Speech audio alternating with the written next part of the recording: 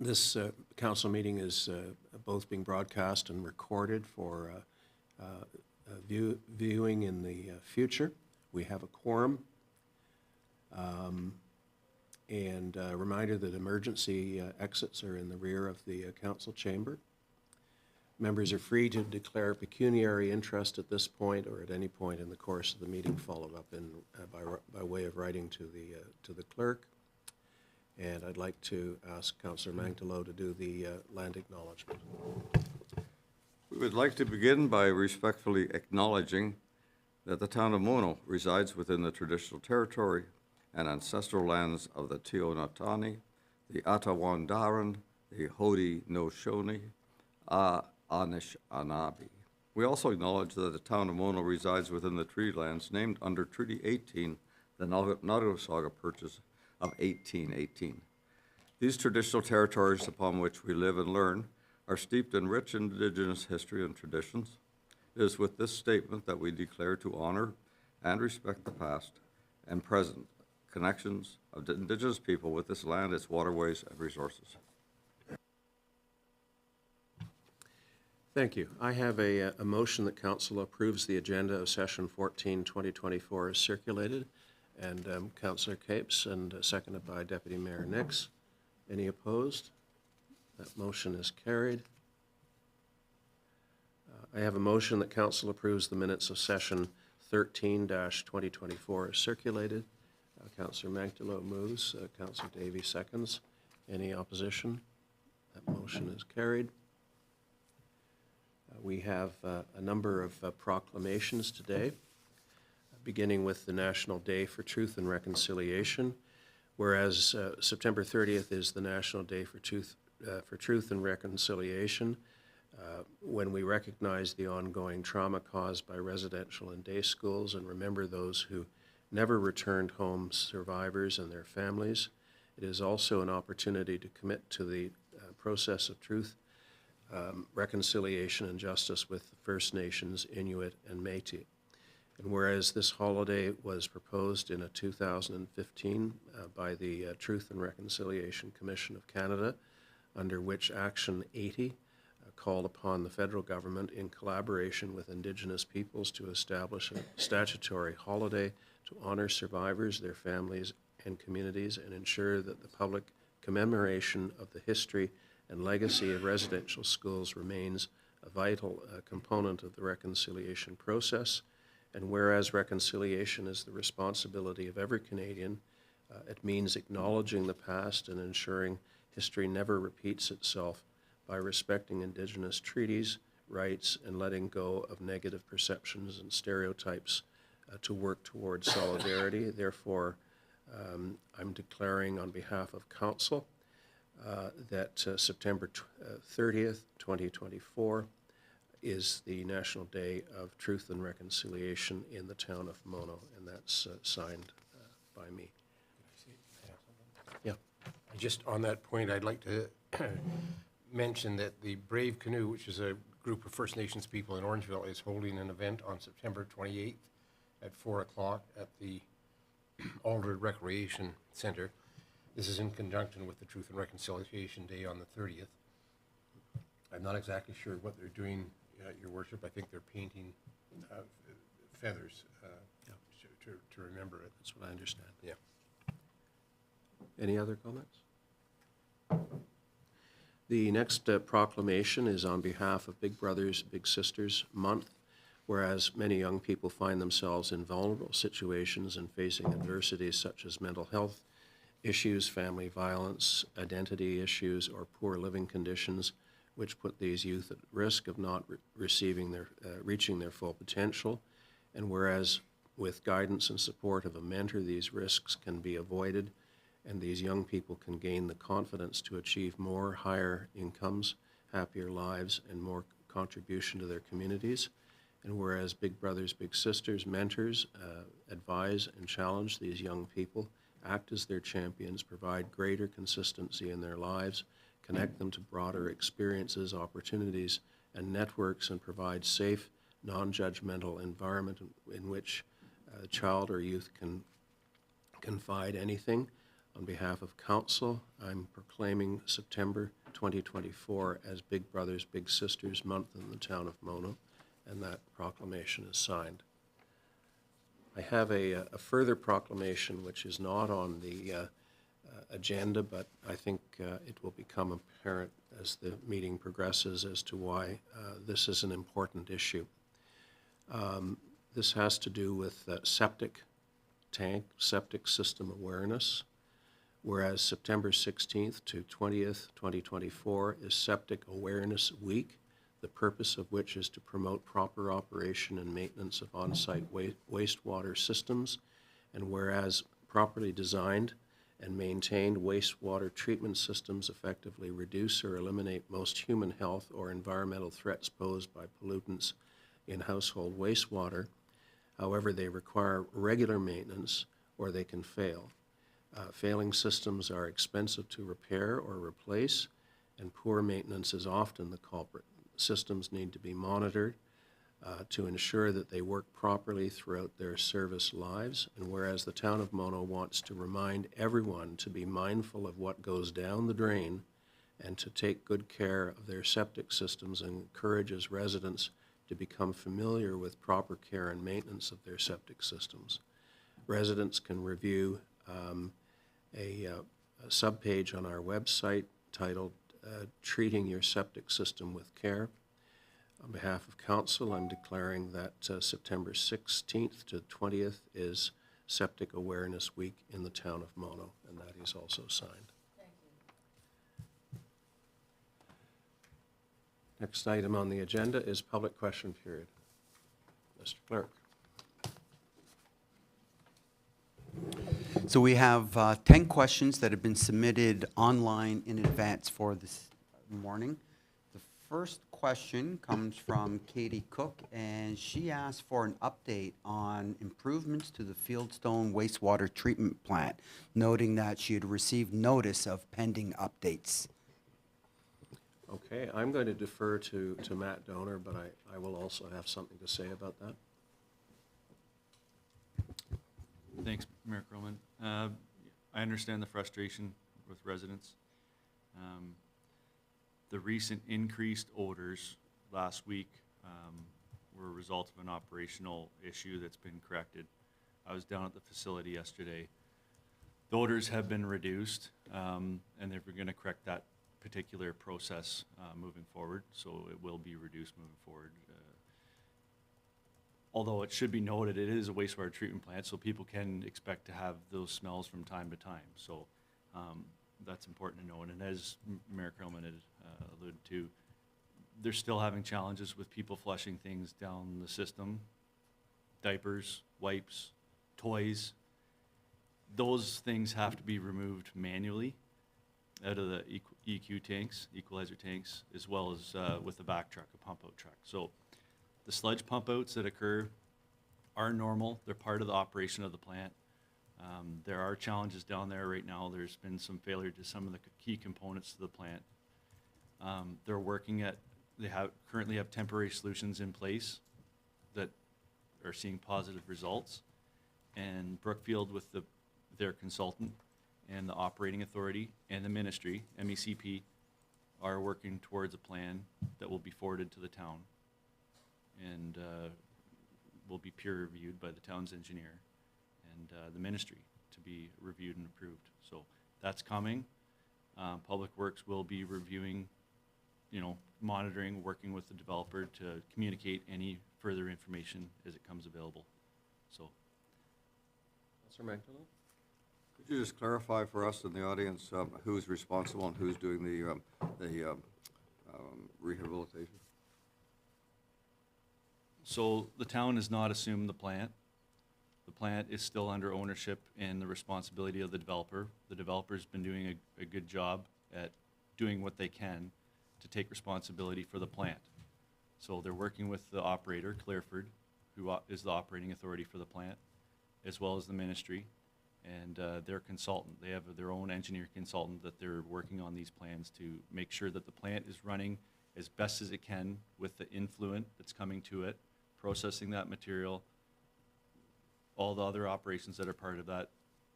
And So they're responsible right now until ultimately the town assumes it. Thank you for that. I know that when we get guests who come from not a septic system place of living, I have a little sign that goes on the back of my toilet that tells them what they can and cannot flush. Anyway, it is a challenge for sure. What communications have gone out to the residents, just so I can understand that, so I know what they're getting and what they're seeing, so I know what they're getting and seeing? And does it give them updates about how this system operates and what's being done at the time? Like you say, this being, clean out's being done and things are being picked out manually. People need to know this. I'm just curious. Thanks, Councillor Capes. Yeah, so in the past, we have provided information. There's letters on the website. Public Works circulates that information in the billing. We're going to continue to push that information out in the billing, as well as the website as it comes out. Currently, the last update that was put on the town's website was the 20th of June. It kind of talked about the current challenges that we're having, and then we're working through it. And to contact us, we're happy to present any information over the phone or email, or however, if they would come to, if residents come to the counter, we're happy to really relay what we have. We're letting the owner, Brookfield Developments, manage the plant, kind of work with their consultants. We're putting pressure on them. It's important that, we touch base. I touch base with them weekly, but there's only so much information you could relay. Like there's some challenges. There's been a failure to one of the key components, and they're working to do that. It's very, and also look at what the end goal will be in finalizing this plant to give it to the town that we're happy with it. So they're working on the temporary solutions, but also kind of looking at the end goal is going through. So getting into all the key details is I don't know if it's helpful, but there is a failure with one of the RBCs, the rotating biological contactor. There's two of them, and they're working at repair, like temporary measures, and also come up with a final plan that will that the town will be happy with. John, oops, I just had a follow-up question. Sorry, thank you very much for that. I wonder, in that the developer is responsible, do they put a sign up at the site to say, we are doing this, you may smell things? Like, what is their responsibility to the homeowners? Like, do they put up a sign to say something's happening and therefore you will? And do they actually send out a flyer to all residents saying, this maintenance is being done right now, you can expect? So that is part of that message that was communicated on the town's website on the 20th.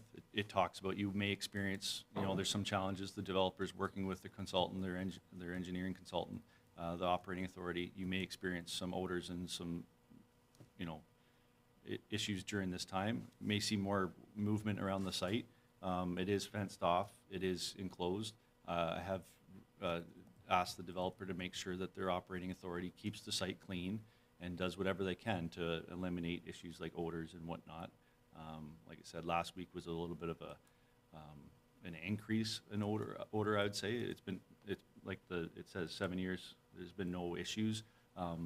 Lately, we have had the temporary solution. So they're working through that temporary solution to process the same amount of waste or maybe more, but also having less components of the plant. So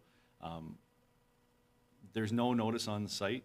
There's nothing like that posted out at the building, but it's important that residents contact Public Works to ask them what's going on. If they want key information, we're happy to talk to them about that. So we try to get the message on the website to say there's some temporary issues. This is what's happening. Here's the contact Public Works. We want to still hear from the residents. Then we could get the information from the developer, pass it along.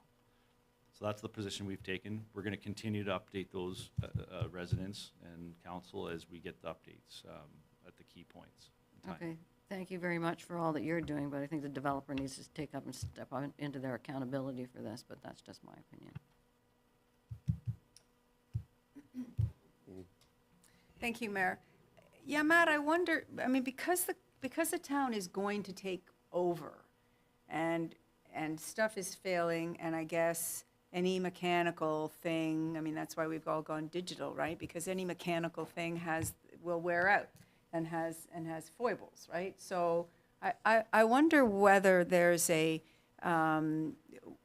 would be a benefit to approaching Brookfield. I mean, June, to have a message at the end of June, and now to be smelling something in September enough to make, in mid-September basically, we're the 10th, to make a complaint, as a resident, is a long period of time, right?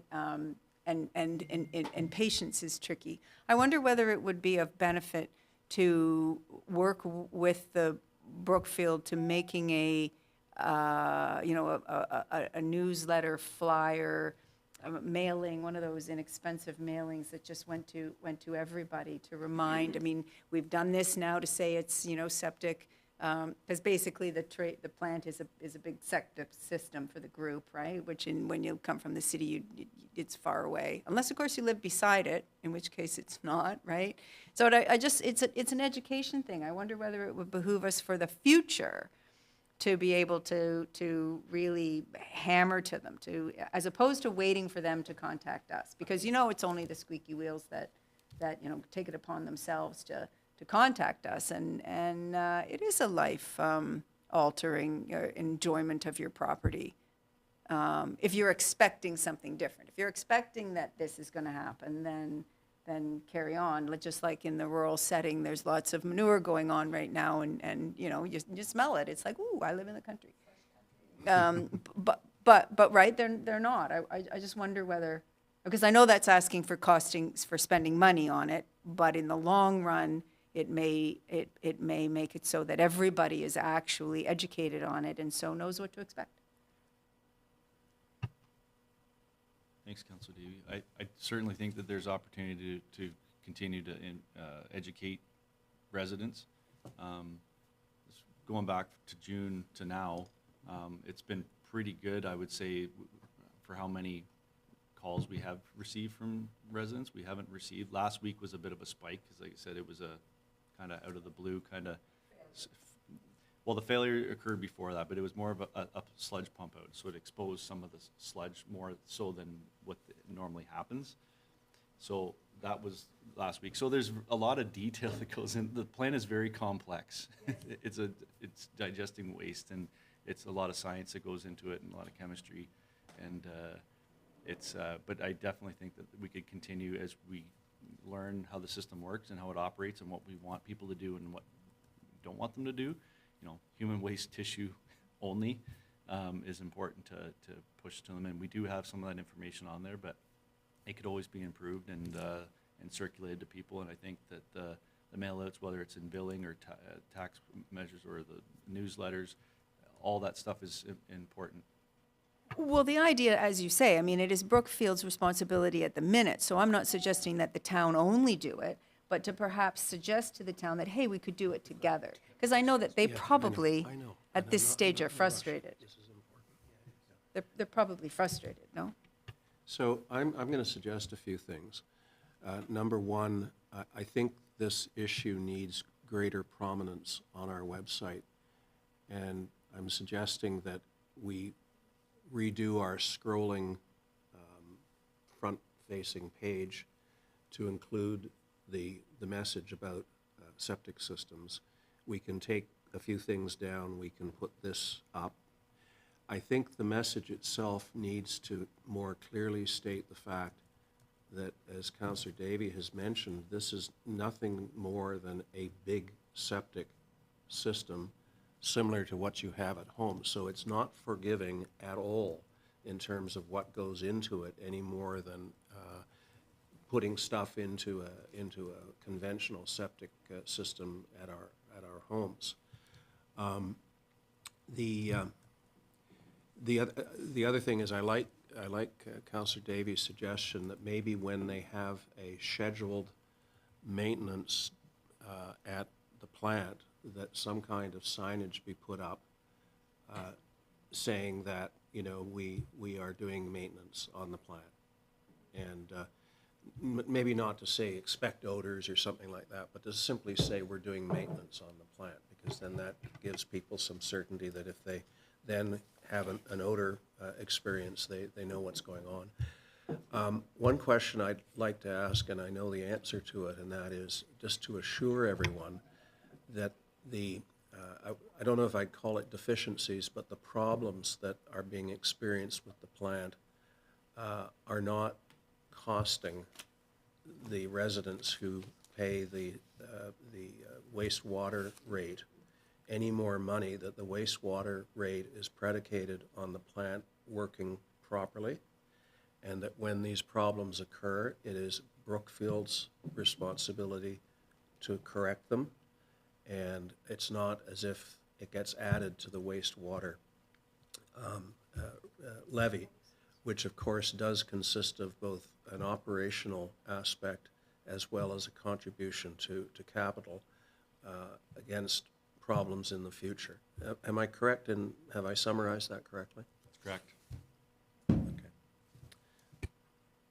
And further to that point, this is precisely why we are scrutinizing development that wants to come to Mono, because the systems that we have had experience with have failed. One of them we can't even assume yet because it has never worked to the right degree since it's been installed. And so we are very hesitant to actually take that over, obviously, and we are hesitant to do any more development that prescribes that they are going to use these types of systems to handle wastewater. So people should be very aware of this, because once that happens and we have more development that uses these same systems, we will be paying for it. So we need to make sure that doesn't happen. Okay. Can we move on to the next question? So the next 5 questions all come from Mr. Hussein. So I'll start with the first of his questions. What is the time frame once a request is submitted for signage such as kids at play on a road, once it's been received until such a sign is installed? Matt, very quickly. Thank you. I thought I had addressed this over the phone with Mr. Hussein a week or so ago. Public Works prioritizes its regulatory signage, what we're legislated to maintain. We just went through about 1,500 signs that we're required to inspect and replace if they're failed annually. So that's what our focus is on. We receive many, many requests, not just for signage every day. And unfortunately, we're a department that has to say no a lot of the time. Mono Adjla Town Line has some share of the road signs and slow down signage already in place. So I would say, unfortunately, we have to prioritize the signs that we're required to do under the legislation, Ontario regulations. So Well, there's That's my liability response. issues as well, right? Pardon? There's liability issues as well if we don't maintain our statutory signage. Yeah, let's stop ahead, stop signs, signs that fall under the minimum maintenance standards. Everybody be mindful that we have 8 more questions. Where is the suggestion that we put this kids at play sign? There's no kids running around the streets of Mono Adjla Town Line. I think it's an example, Melinda. Can I ask a clarification? Because I've noticed some new signs of, that a resident has put up, kids at play. You can purchase them, I suppose, at Dollarama or whatever. And I've noticed on my street, there are some new signs and some of those little guys with the flag, little plastic things. They shouldn't be there, right? I mean, they're, right? What is the rule? Like, if he wants the kids at play because he has kids, then he's doing the right thing by asking, can we have one, as opposed to just erecting one on his own, correct? No, I'm going to go ahead. Are they allowed to be there? I think if they're not impacting operations, they're minor of nature. They're not like a 6x6 post with a big sign on it that may hit, the plow may hit, or they're sightline visibility, like these little signs that are posted everywhere down in a lot of the urban developments that are paving and street pot lights and all these things. We try to pull those types of signs, but if they're spreading a message and awareness for slowing down, Public Works is certainly happy to see people doing what they can on their own at their own expense to help slow people down and bring them aware to signage. as everybody knows, we see many, many people not paying attention to the regulatory speed signage that's on roads every day. The hazard signage that's already in place that's regulatory. And, we try to focus on the Ontario Traffic Manual as far as whatever sign requirements we have. We have other roads that still we'd like to look at before we look at signs like this. But yeah, if it's in a spot that's out of the right of way, or it's not going to impact sight lines or snow removals or operations, I don't have a huge concern with it. To that point, people putting up these erroneous signs everywhere and littering, I don't agree with. CAA, I think, is very quick to offer the slow down signs, and driving along Hockley Road now, you see one every 5 feet. And I don't subscribe to us doing that. I think we need to use proper channels to control and monitor and do proper charging on how roads are used, how, speeding is controlled, how it's reported, and those kinds of things. And that, to me, is just litter. Well, at some point, it can be unsafe as a distraction as well. I'm going to entertain one more question, then we're going to go to our delegation, and then we'll return to question period. So the next question is... Sorry, the next question from the same resident. Is council considering or has any plans for repaving Mono-Agila Town Line? And I know, Your Worship, that's been asked and answered several times. If you wish, I can move on to another question. Asked and answered, and stay tuned for our next delegation.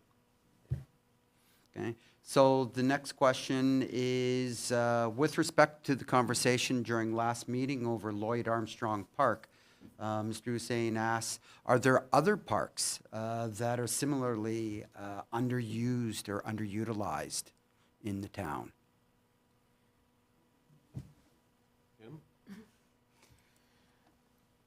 With Lloyd Armstrong Park being in the furthest northern part of our municipality, and one of the lesser populated areas, yes, we see less activity up in that park. However, we still have an obligation to have something available for residents up there if they want to go and have a picnic, or at one point it was a very popular ball diamond up there. Per the question, are other parks as underutilized? The straightforward answer to that is no. Our parks are utilized. Okay, thank you. I think at this point we're going to invite our delegation to present the 2024-2034 Road Management Plan. Come on forward, sir. And we'll return to question period afterwards.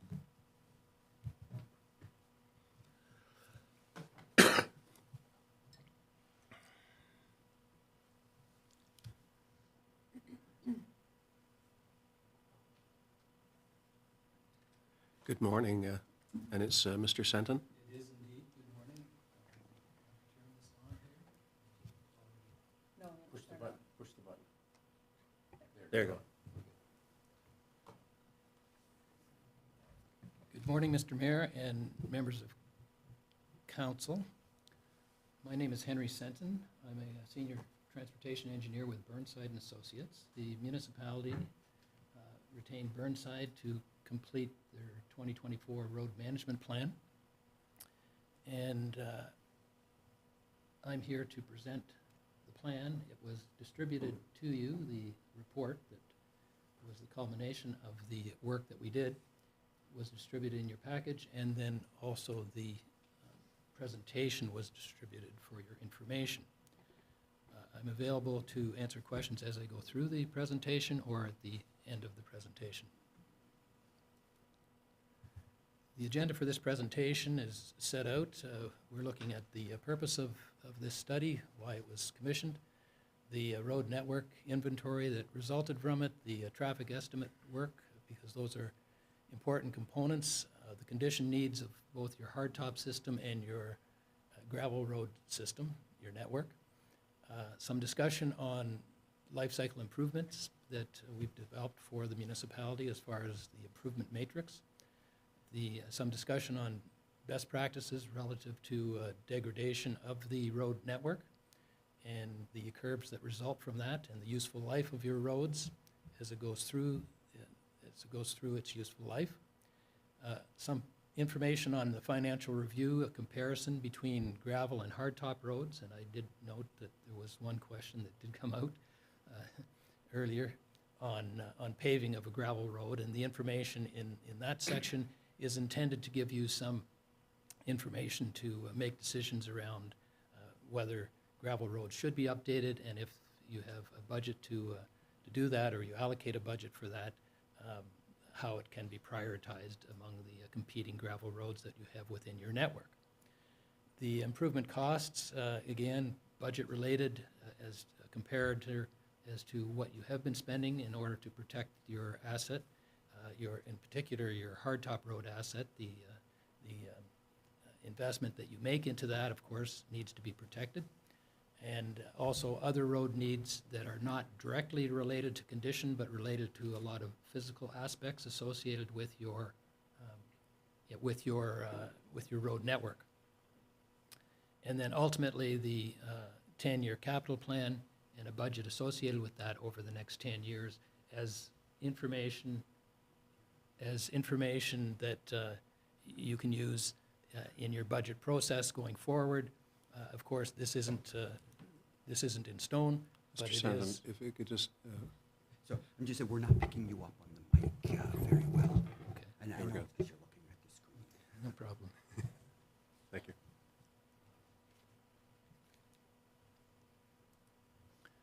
Okay, so the purpose, as I've already indicated, is the inventory of the roads, the condition, the maintenance improvement strategy associated with that, the review of other road needs, and then the 10-year capital plan for your road network. This slide shows you the breakdown of your network. As you can see, a fairly significant percentage, over 68% are gravel roads, and then the remainder is hardtop roads with a little bit of concrete roads that are still there, but most of it is asphalt roads. As far as the roadside environment is concerned, most of or a fairly significant percentage, almost 88%, is in the rural area, and the remainder is in your urban and semi-urban area. This slide gives you a snapshot of the type of surface that are on the roads, and you can see the green sections are gravel roads, and the red sections are asphalt roads. Yes? Okay, how are we going to, do we want to ask questions in the course of this, or wait until the end? Okay, go ahead. I noticed, and maybe it's just that it's not labeled, but Riverside is not in here. In Riverside, that whole development is all paved. I'm not sure exactly where Riverside is, but... Riverside is opposite Cardinal Woods, Okay. on the east side of Highway 10. It's there. It's there. Riverside Drive road goes from Highway 10 to Five Side Road and catches Willow and, Just see that, but all the other ones are mentioned, but Riverside is not. That's all. It's not shown in the enlargement? it's in the enlargement right below Cardinal Woods. The words Cardinal Woods in the first enlargement. Okay. Whoops. This is Cardinal Woods. That's Riverside right there. That road right there is Riverside. Oh, okay, so. So it's Cardinal, Thank you. it's known as Cardinal Woods Phase 2. Cardinal Woods Phase 1, Phase 2, and then Masters Creek. Yeah, there are some roads that are grayed out, and those are private roads. Can I ask a quick question? Yeah, go ahead. Just, I'm going on memory, but all the roads that you show that are earthen roads, if I'm not mistaken, Matt, those are basically unopened road allowances, right? Okay. So you didn't include those in your inventory of roads. You're just showing them on the map, but they're unopened road allowances, right? Yeah, if it's unopened, then they're not part of the system. Those are all your yellow roads on this map. Correct.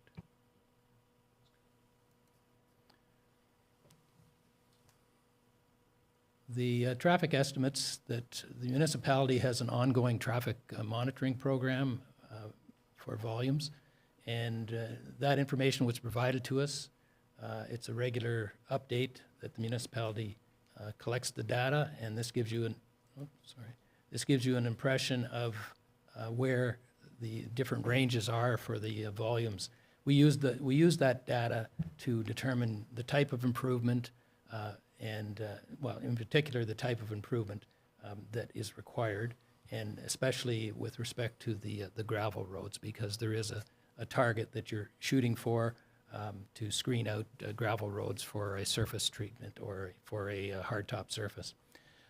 We also have, so if you look at this, we've shown here that in the end of this 10-year program, we've used a straightforward 0.5% increase on these roads simply to indicate that traffic will over time grow, but your municipality and the network that you have is not really having a lot of growth from the point of view of growth in traffic on those roads. So it's at a more or less a steady state because a lot of the increase in traffic is being taken up by the upper tier, either provincial roads or county roads through your municipality. But you can see you do have some roads. I guess the highest is in the 4,000 to 5,000 range, and it goes down from there. But a fairly significant number are under the 500 vehicles a day range. This gives you an impression of what the hardtop roads, the condition of your hardtop roads are in. You can see that there's about 4% that were picked up when we did the field work. The field work was done in the spring. It was done with your staff as well. So we had a member of Burnside and your staff go out to the field to look at the condition of the roads and to assess the condition of the roads. And that's advantageous because we get a lot of local information back when we have that kind of teamwork to do the assessment, the field assessment. So 4% is in the poor, and then it goes up from there into the fair, satisfactory, and good condition. So 96% that would be considered fair or better, which is good. If you look at the PCI range, that's a pavement condition index range. And when it gets over, in this case here, you've got 55 to 69 is the fair range, and 70 to 84 is considered a satisfactory range. In your asset management plan, there's a bit of a different terminology that is associated with the qualitative descriptor of the road, and I just wanted to make you aware that under the road need study formats, it's referred to as satisfactory when it's over 70. In your asset management, I think that range is considered to be good. Okay, so it gives you some sort of a comparator with your asset management on that.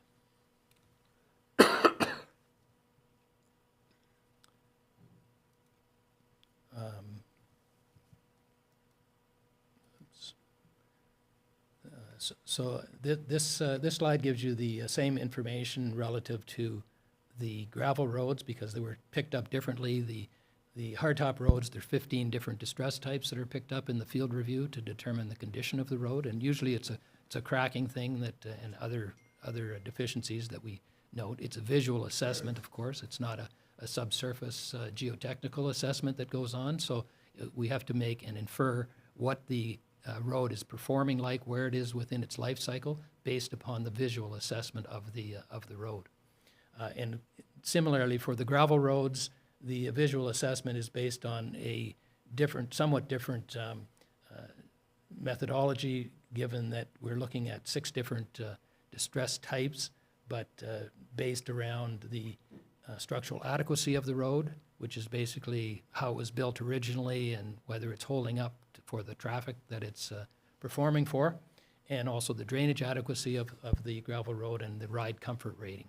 Now, having said that, the work that is done for the condition rating is done in the spring to get it at its worst, and so you end up with the period before it's theoretically been graded in the spring, et cetera. So it should give you a good indication of the worst part of the year, because after that, a lot of times just the normal maintenance will, of course, take care of a lot of those distresses. But you can see again here, we're at about 6% of your system that would be, of your gravel system, that was picked up as being in the poor state of repair. But again, between the two, between the gravel and the hardtop system, your overall network, when we do a weighted average of the condition of your network, it comes to about a 73 pavement condition index, which is actually a good index, as I just indicated. That puts you in what we call the fair category, and what your asset management plan would call the good category as a municipality. Also, it puts you into an area, usually it's about 70, that in our experience, that most municipalities try to maintain an overall weighted average for their condition of about 70 or above 70. That, of course, is determined by your available budgets that you have for road work. But you know, usually we give that sort of guidance. If you can stay in that category, then you know your level of service is considered to be a reasonable level of service comparatively. The next two templates here show you what we're suggesting would be a life cycle management approach to your system. And you'll see down the left that you would have early on in the life cycle of your road, you would have routine maintenance. Usually that for a hardtop road, that's a crack sealing type of an approach. For preventive maintenance for your hardtop roads, it's a microsurfacing or a slurry seal approach, again, to seal it up to give it some added life so that it doesn't deteriorate into the more extensive requirements of improvements. And then the resurfacing, which in this case is milling the surface, taking off the surface and replacing the surface asphalt that is on the road. And if it deteriorates further, the condition index is deteriorated further, it is then a rehabilitation state that you're looking at being required, which is really replacing the hardtop surface totally. In the case of the rural areas, it's usually a pulverization and a replacement and perhaps some improvement to the overall condition of the road. That would be determined at the time of construction as to whether that was required. As far as the reconstruction, and you really don't have any that are into the reconstruction category that I think that we picked up, but that would be a situation where traffic or other things have dictated that you're going to need to reconstruct a road, or in the case of an urban or semi-urban road, if you needed to do some underground works associated with that, and that would result in reconstruction of the road itself. The gravel roads, again, somewhat different, but the gravel condition rating will trigger certain improvements, but generally municipalities will have a program, as you do, which is to put in maintenance gravel. I think you have a 3 to 6 year maintenance gravel in 4 areas of your municipality, and that is then intended to replace the gravels that are lost over that period of time, and to maintain a road that has relatively, I guess, low or on the lower side of traffic volumes because it is staying as a gravel road.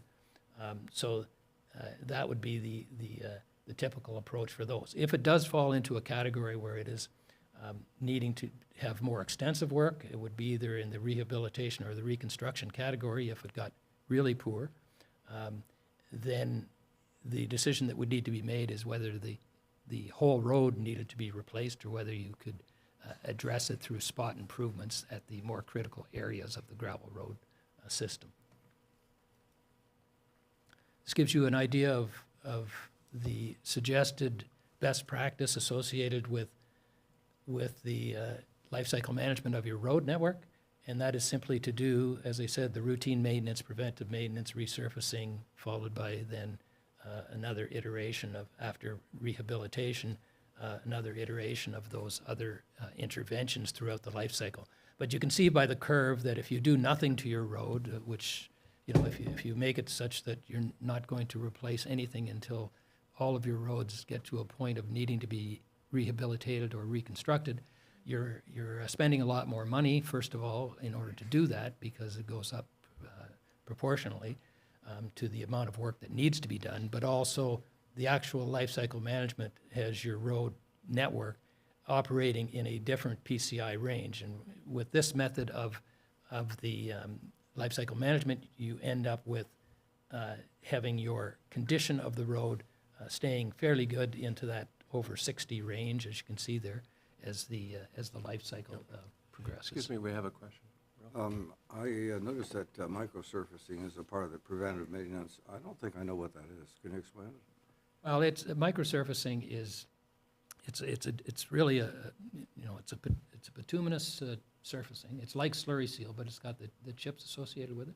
So you end up with needing to put a very thin layer on the surface of the road, and it's intended to, again, not give it added structure. It's not like the shave and pave where you're taking it off. You're just resurfacing the top. So it's not like the surfacing that you're getting where you're replacing what it is you're basically just sealing it up again, sealing it, rejuvenating the bituminous that is already on the system. Is that something we've been doing? I believe you have been. I would probably defer on microsurfacing on whether that's part of your program now. We haven't been using it. We've been crack sealing, and Mono's had a pretty rigorous crack sealing program over the last 10, 15 years that has resulted in us not needing to do it. I've had experience in seeing other municipalities and counties using the product, and it's, you have to have a good base. It's like Henry had mentioned, it seals the entire road. You see, to stop water from ingressing into the asphalt and creating freeze-thaw action and breaking it up. A lot of our roads aren't to that degree, so we haven't been using it. We've been So is happy it with the similar crack to sealing. sealing a driveway? Similar, only it's a thicker, and you're adding it, the treatment train is, you're adding the bituminous, you're adding the chips, and then you're basically sealing it up. And it takes away some of the cracking, et cetera. It basically seals it up again. And you're getting upwards of about 8 years out of it, okay, 8 extra years. So what it does is it takes that curve and it just, sends it up again to a better condition rating. And then, because as you can see on that curve, what ends up happening is when you get to the lower part, and you can see that blue line, which is the do-nothing line, it goes on, the slope of that line increases so that the road itself deteriorates at a much quicker rate. And so we're trying to prevent that rate of deterioration of the road itself by doing this multiple approaches to the interventions. So moving on to the upgrading strategy associated with your municipality, and this varies by municipality as to, again, it's more budget related than and performance as well, because every municipality is different, and if you have a lot of hills in your municipality, and if the subsurface material, depending on what it is, it will impact as well as to how you determine upgrading of your road network. Because there's more factors than just the condition of the road when it comes to upgrading of gravel roads. In your municipality, you have been using 400 vehicles of an annual average daily traffic as being a determinant to start to screen out that those roads maybe should be looked at based on performance, based on the number of people that are using or number of vehicles on that road, and the deterioration, the maintenance level, et cetera, that needs to be performed on those roads.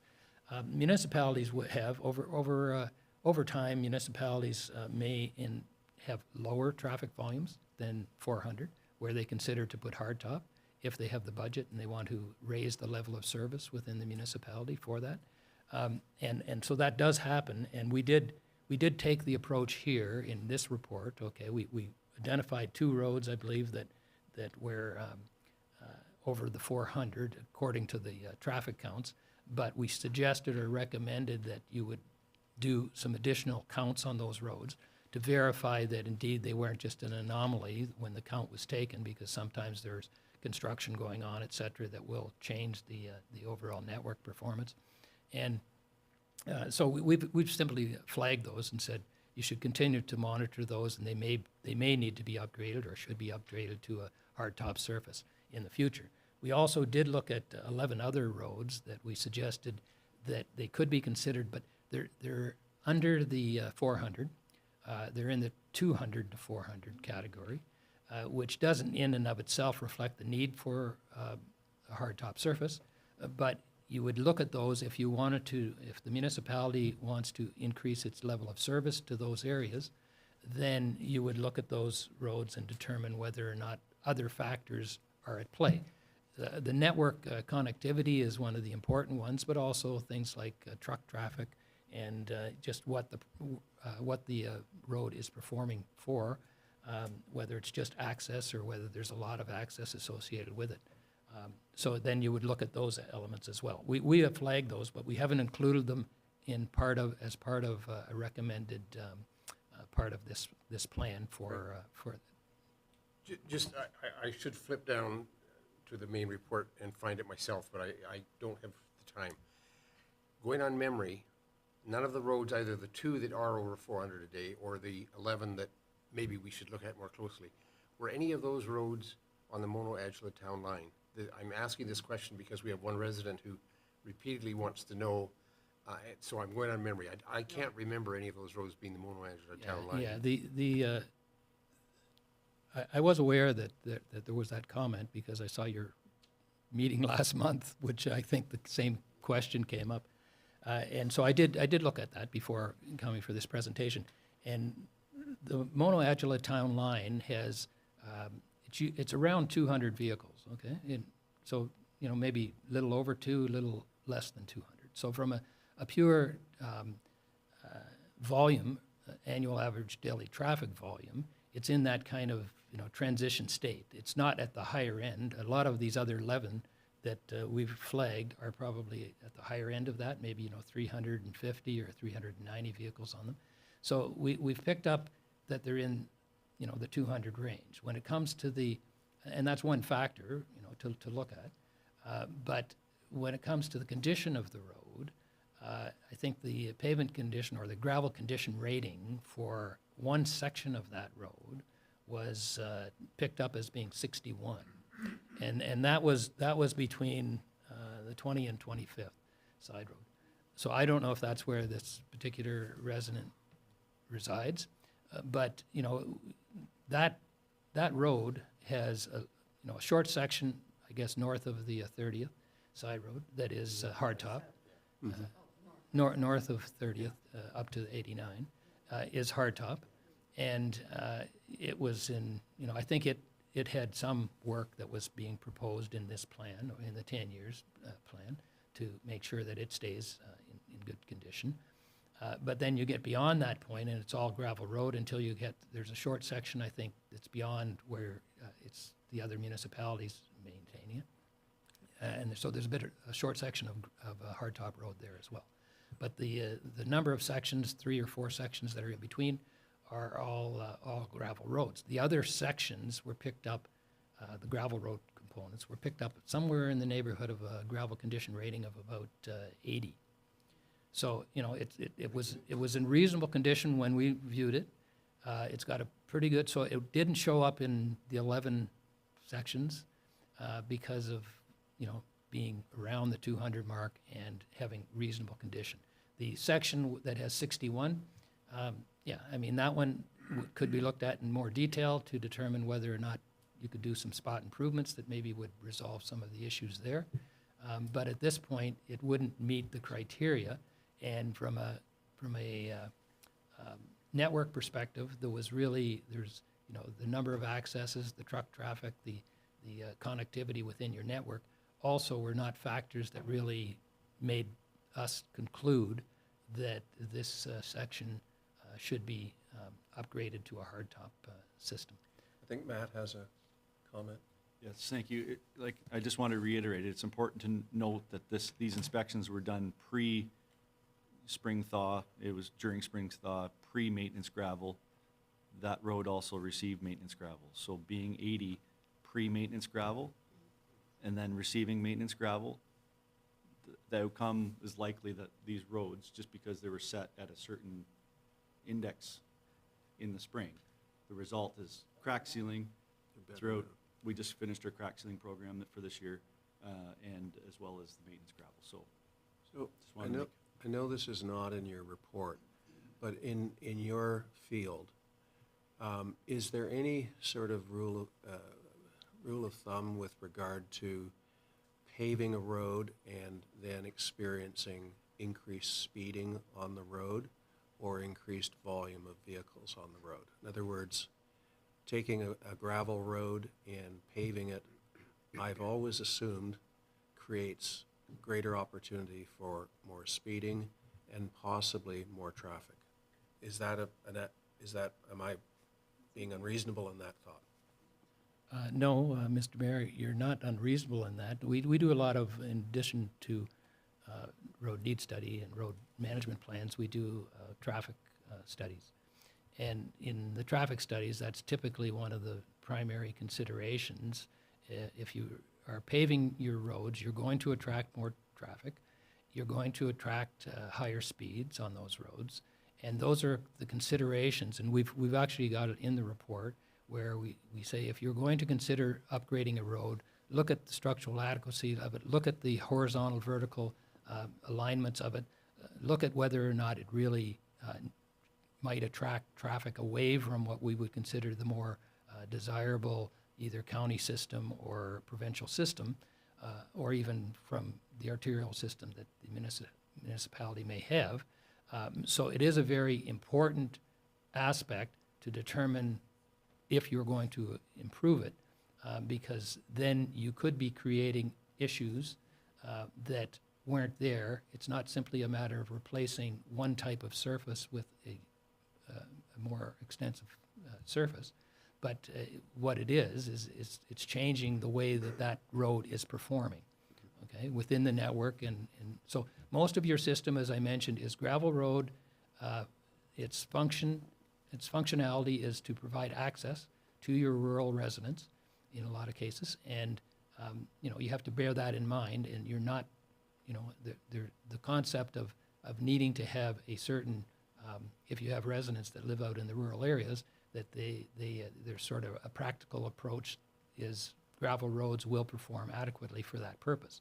But of course, from a budget point of view, an allocation of budgets, and we have that in the report as well, and that is to say that budget-wise, we did a comparator on, as a municipality, over a 60-year life cycle of either a gravel road or a hardtop road, the difference in the cost. And there's a significant difference. I think it comes to about $250,000 a kilometer for your gravel roads and about $750,000 for your hardtop roads. So it's, if you're going to, as a municipality, invest in increasing that, and some of our clients do, but they do that because they're in a different scenario than you're in here in Mono. Okay, like we just finished. We did one up in Innisfil. We did one in King Township. We did, they're all in a somewhat of a different scenario than you are here. You have a good network that is serviced through your municipality that the county and the province provide, and so you won't have this congestion, or you shouldn't have this congestion issue where they're diverting onto municipal roads and causing an issue on the municipal roads. Right. Councillor Davey? Thank you very much, Mayor. Yes, that, the presentation is terrific, and it's nice that you're here to talk about it, but it is an overview, and all of that's in your report, and in great detail, that I hope our residents read the report, not just the PowerPoint or listen to today, because all the details and the math and everything is in there. I wanted to go back to the commenting that you looked at our roads in March when we get that, what did one of our residents say, the peanut butter yuckiness, and when the thaw comes out in the gravel roads. We've got 70% gravel roads here, so so you got a lot of peanut butter. So when that one section that you rated as 60, my question then is, if the whole bunch of it was 80 and our maintenance brings that up, does it also bring up that 60 to where it isn't even then going to, that section between 20 and 25 isn't on monoadula, isn't going to be a questionable section? Or no, it stays at 60? Yeah, there's the work that is proposed as part of this is the maintenance gravel component. So that road And again, there's what we call structural adequacy of the road. You can only get, in some of our studies, actually, because of the timing in the year, we always say you should get out to look at your gravel roads in the spring. But in some cases, we can't do that for our municipal clients, so we get out later in the season, and then we rely on the municipality to determine how the road is performing on a year-over-year basis. And that structural adequacy rating, which is one of the components of that gravel condition rating, we would get from the firsthand knowledge of the monitoring work or the regular monitoring that your staff do to those roads. So they would know, I mean, they're grading the roads, they know where they're breaking up, where they're not breaking up, et cetera. And it varies from year to year as well. But they will provide that information.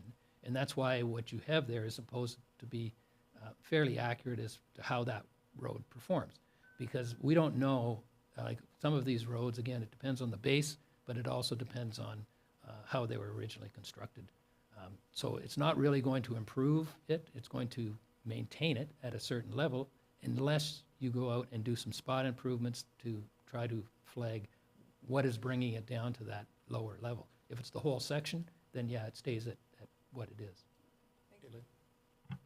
That segment of road, are you familiar with it? Have you driven it? No. Driven it once or twice. Okay, so it is challenging because it is downhill, through the valley, around a corner, up the steep hill on the other side, and it is a challenge, and people, I think, expect to continue to do 80 through there, and you cannot.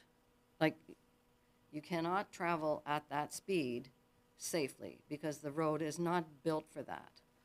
It goes through that valley, it turns a corner, and you just need to slow down. If you slow down to 20, 30, you'll probably be okay.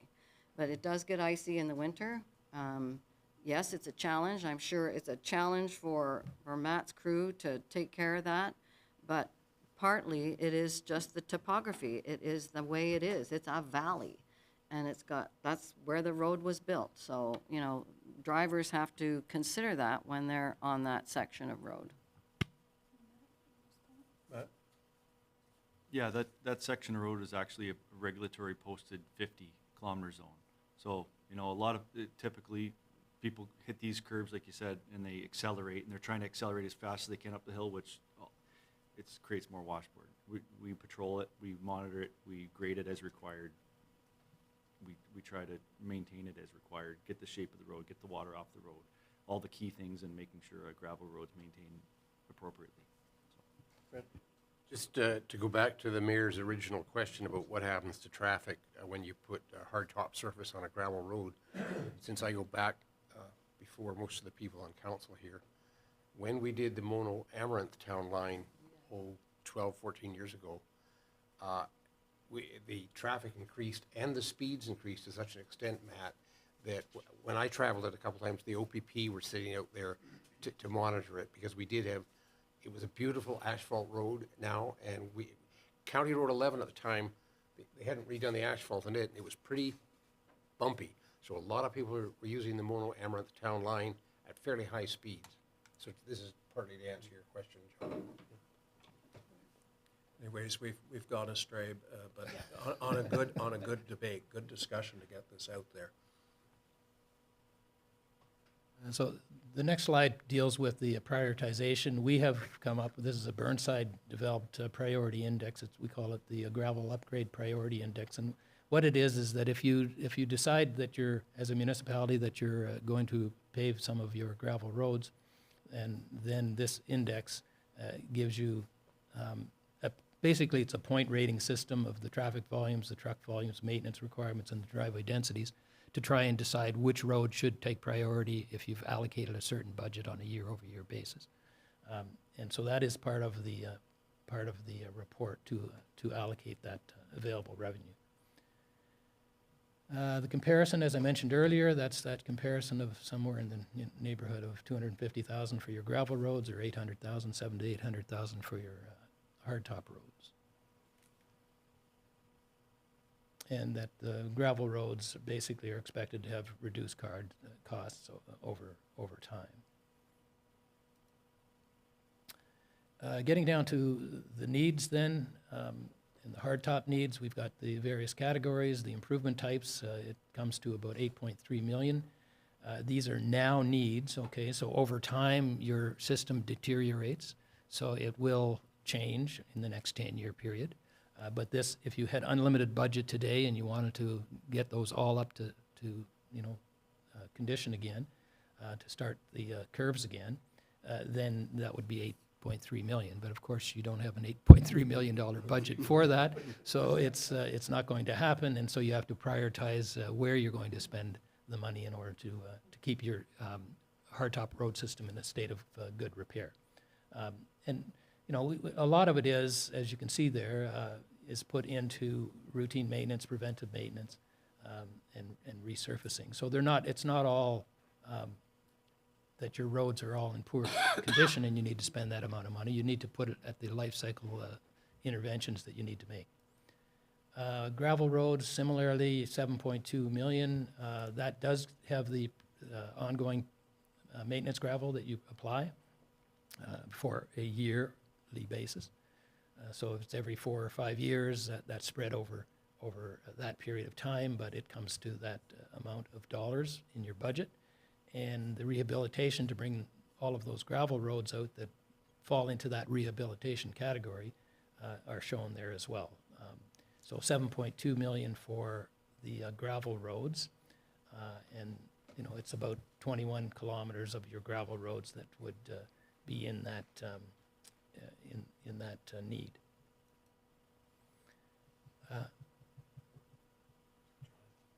Yeah, sorry, Elaine. Just so I'm clear, but that's over 10 years. That's not, so we're not saying, for instance, under the gravel roads, that rehabilitation, that's what we should be spending right now on all of the roads. We're saying that this is over 10 years, that much invested every year will keep those roads at a certain level. No, it's actually a snapshot. It's a snapshot of what the needs are today. So that's year one. These are your needs. They fall into the category of these various improvement types.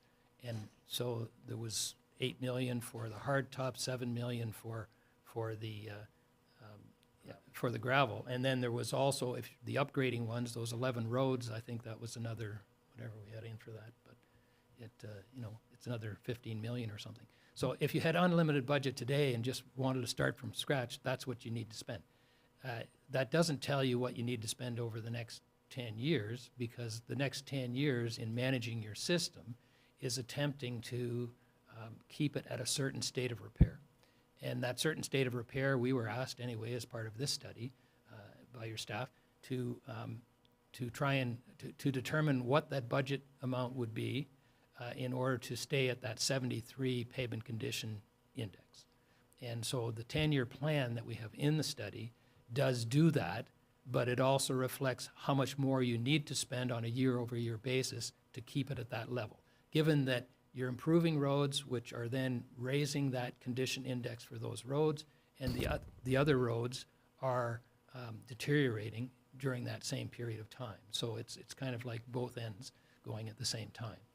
And so that's what our study actually does. It gives you information moving forward in your budget deliberations to determine just, do we need to spend X amount of dollars to keep that level, that condition level? If that's the condition level that you're striving to Maintain. provide and Yeah. maintain. Okay, thank you, I misheard you.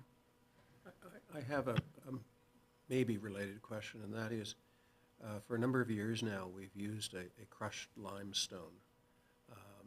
And it seems to have been successful. But as somebody who's inspected our road network where that's been applied, what's your observation, and is it something we should be doing more of? Well, again, it's not a geotechnical study, but we did have discussions with your staff on that, and we believe that it's the experience that they're, like it varies. It seems like it varies depending on the road or depending on the topography, et cetera.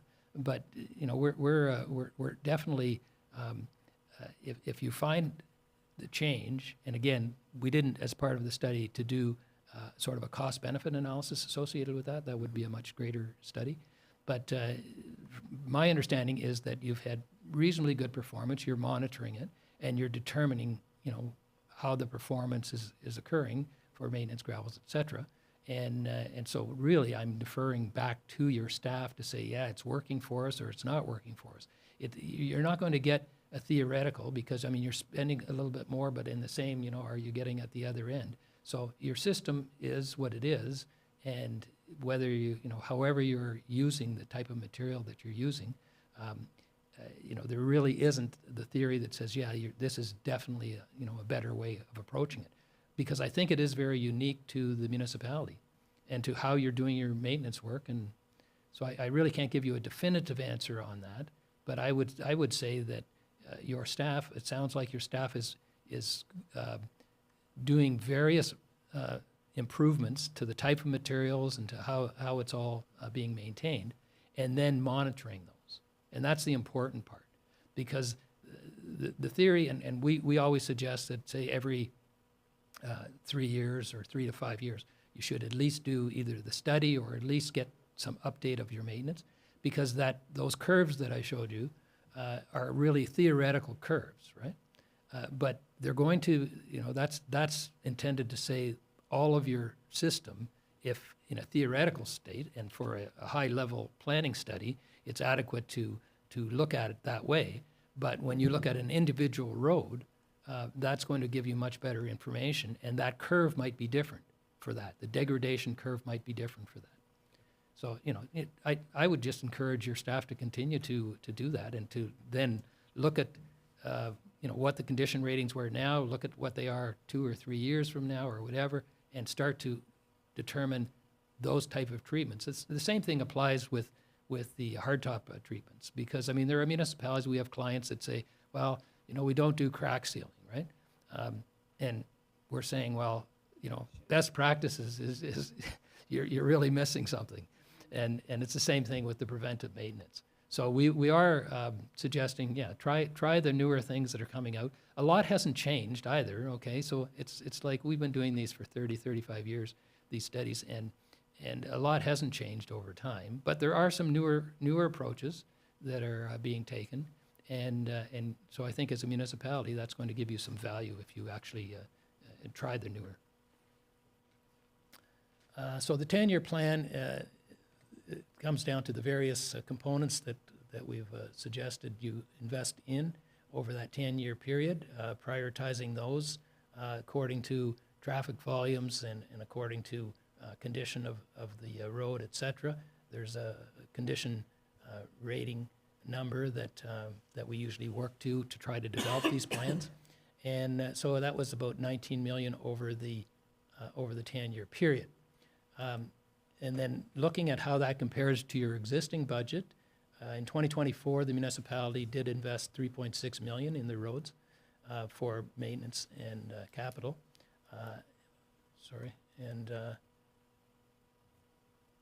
And so about 1.3 of that was for capital improvements. So our estimate is that, or our recommendation is that, or conclusion is that you would need to invest approximately $600,000 more on a yearly basis to maintain that condition rating that you have currently. And if you don't do that, and if all of the degradation occurs as being outlined, then the anticipation would be that you would have the overall network would have condition rating that would decrease over that period of time. So as I mentioned earlier, the 10-year plan that we've got in this study is to inform and to allow your staff to then determine, again, what the available budgets would be, and to try and maintain a reasonable condition rating for the overall network. Can I just have and a point of clarification then is the 10-year improvement plan chart shows that it's a total, that 600 grand a year for 10 to give us the 19 grand extra is only on 55 kilometers of our 200 and something. Yeah, there's that is actually- at the minute now having these various needs. I just wanted to clarify, there is an error actually on that previous slide, or this one. it's not 51.45, that, there's an addition error there on that length of road, and it should be about 98 kilometers. But still, it's a portion. It is a portion of the system, and these are the roads that we have allocated, or we're recommending consideration for improvements, and it's divided up according to the year as to when the improvement would occur on those roads. So your whole network, but of course, a lot of the network is focused in on your hardtop road improvements in order to, again, to get the full life cycle out of those hardtop roads.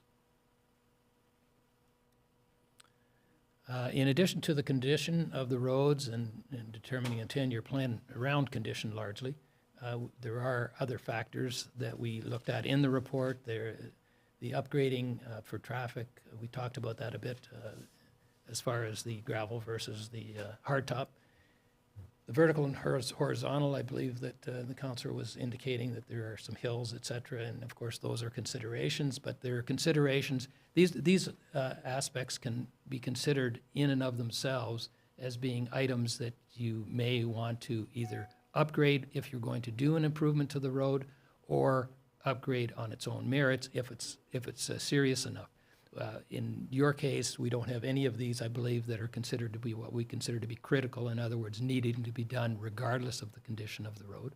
So we are identifying them, again, for future considerations, because the benchmark costs that are used for the estimating for your plan is based on the assumption that you're not going to need to do, major realignments associated with the network in order to address, say, vertical and horizontal deficiencies associated with the roads. Same thing with the deficient widths and deficient drainage and coordination of the bridge and culvert works. So we looked at all of those. There's tables within the report that indicate, which roads might have some of these type of deficiencies associated with them for, again, future consideration. But that would, if you did decide, say, for instance, deficient drainage and vertical horizontal, and you were going to upgrade a road, then you'd have to make sure that the cost that we had in here, which was assuming that those things were adequate, was also taken into consideration. So in the final slide, we've simply indicated that this information would be used again for your yearly budgeting, but also for your road management or for your asset management plan in the future. And that we do very much recommend that you try to manage your roads with the routine prevent and resurfacings, and try to keep that road in a fairly good state of repair so that it doesn't fall into the more extensive rehabilitation or reconstruction requirement. And that you then, and the other conclusion is that the $3.6 million allocated now in budget for your roads is not going to, theoretically, it's not going to be able to meet your ongoing needs for the amount of roads that you need to maintain. And then just upgrading every 3 to 5 years so that you, I think that's the end of my presentation. Thank you, and we'll just have one last round of questions. Councillor Capes? So, not necessarily a question. So I do have to say, after reading all of this, that I need to commend staff, and so please pass this along, Matt, for the road maintenance that we have done to keep our road network in such good shape, because it is. And also, to give staff credit for telling us we're not spending enough money every year on roads. So, thank you. Yeah, I don't have a question for you. It's an excellent report, and I'm glad we've got it, but I do have a comment to make, which is more along the lines of a political comment for the sake of our residents who are listening and for the sake of staff who are listening. Here's my dilemma. I believe every number you've got in your report. So you're suggesting to keep the same condition rating that we have been doing, we need to add about $600,000 a year to our budget. Well, if I look at our 2024 budget, that would have been about a 6.4% increase in our taxes. We already had a 6% increase in the tax in 2024. So what you're really suggesting is we should have had a 12% increase in taxes, but the story gets worse, because that does not include the roads. Your number of 600,000 does not include the money it would take to upgrade those few gravel roads to hardtop, which you've estimated totally, if we did them all, at $8 million. Not that you're saying we necessarily need to do all of them, but some of them should be. I looked at your charts. So in addition to the 600,000, we probably should be adding something every year to our budget to upgrade a few of those gravel roads, but the story gets worse than that. It doesn't take into account the 12.4 kilometers of County Road 8 that we will be taking over fairly shortly. I tried to do an estimate using some of your numbers, but, so don't quote me on this, but that's going to be anywhere from $100,000 to $200,000 a year just to take over County Road 8. So what we're looking at, this is why this is not a question for you. This is a question to my fellow councillors and the public. Where the heck? I mean, we're looking at like $1 million a year just to take the recommendations of this report. And I don't know politically how we can do it. I'm not making any decisions now, Matt, but I'm just telling you, when we get to budget time, you're either going to hear some no's from this table, or you're going to see me tearing my hair out, because I don't know where the money's going to come from. That's my comment, John. In fairness, the county is supposed to compensate us when we take over County Road 8, and one idea on the table is that they bring it up to a standard, or they give us the money to bring it up to a standard. I have a preference. I'd like to thank you for the work that you've done, and especially town staff, because there's a lot of background work here that was done in order to get this to the stage it's at. I would suggest that we put this up again on the website in a very prominent spot. I would have it as part of our scrolling bar, so that the residents of the town can read it and see and see what kind of pressures we're under. I think it's very important. The last thing I'd mention is it might be helpful if we had a map at some stage that indicates the traffic volumes on some of our key roads. I don't know if that no, it's not. I don't think it's in map form where it shows. You know, third line has X number of vehicle movements in a given day. I think that would be very valuable for people to see. Any other comments, Rob? Yeah, thanks from this report. I find it very good. I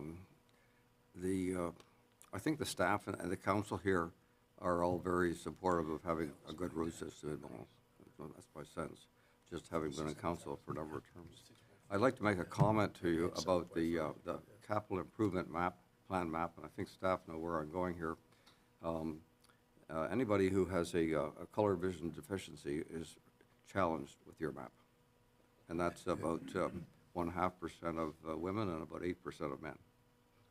So I don't think we should be accepting here a map that some significant proportion of our people cannot identify and interpret. And you know more about maps than I do, but there are other ways of identifying a road, including crosshatches and dots and various things, or hovering. You just hover and up comes the color, etc. And so I think this is an important point, and I brought it up before, and this has happened again. My suggestion, Mayor, is that this town should not accept maps which are not identifiable by people who have color deficiencies. I think our report should be inclusive of everybody. What were you saying, Councillor Key? I think under other business, we'd entertain a motion to that effect, and then Okay. presenters are informed in advance. Mike? Thank you, Mayor, and Councillor Mengtala, well heard.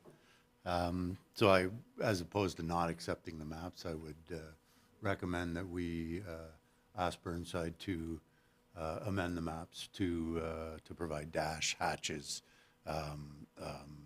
thickness variations that would satisfy that, as opposed to not accepting. We would ask Burnside to. Yeah. So that's good. So, yeah, very good, and definitely something for staff to move forward with. If I could just say something with respect to this, and where we are and what I think council really is going to gain from this is 20 years of history. When I started here, Wayne Reed was finalizing and Marvin Holliday were following the original roads need study prepared by Burnside, which may have set a false sense of direction for the town of Mono.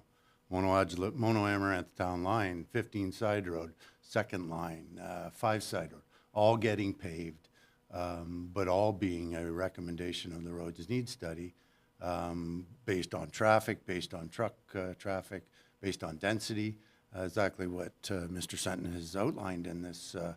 And then we get to a point when Councillor Capes will recall, and Nick's, when I did my draft roads need study, which was a high level, based on useful lives, but not based on degradation of an asset with maintenance.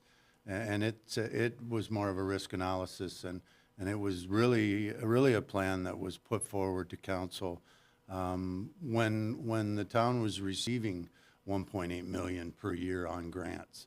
But what it really focused on, again, was the use of the roads. And I think this report here, not only does it give Matt a direction, a guideline to present to council what the expenses are, but I think it really takes what Matt and I have been shouldering the grunt from residents for the last 15 years to say, this report outlines that there's no recommendations for improvements from a rehab to a pavement condition with respect to the road network in the town of Mono within the allotment of the council budget that they have today. And this is a culmination of 10 to 15 years of us trying to explain to residents why we're not paving roads. And this is solid information that, as Councillor Davey had mentioned, that I hope the residents really take a good long look at. And there's a financial impact to and I'll say it, Matt, because it didn't get said. There's a road want study and there's a road need study. This is a road need study, and council has to deal with the wishes and the wants, but they have a background of information now that shows how we keep our existing level of service with respect to managing the budget levy. Thank you. There are no further comments. I would just ask that staff contact the gentleman up on the 30th Side Road who was at one of our town hall meetings talking very eloquently about the necessity of a road needs study being done. I forget what his name was, but I think he may well have submitted some questions to us in the past, and he certainly spoke to this issue at the town hall meeting. And I think if we can track down the name, we should let him know that it's now available online to be scrutinized. So I have a motion, and I'm going to try and be mindful of Ralph's comments here. The motion that we receive, shall we say, as amended, with the understanding that Burnside will redo the maps? Would that be satisfactory? That we receive as amended the 2025-2034 Road Management Plan prepared by R.J. Burnsides and Associates Limited, dated August 2024. Do I have a mover to that? Deputy Mayor Nix, Councillor Davies seconds. Any further discussion? Any opposition? And that motion is carried, and we're going to have a brief recess, after which we'll resume question period. Thank you. Thank you.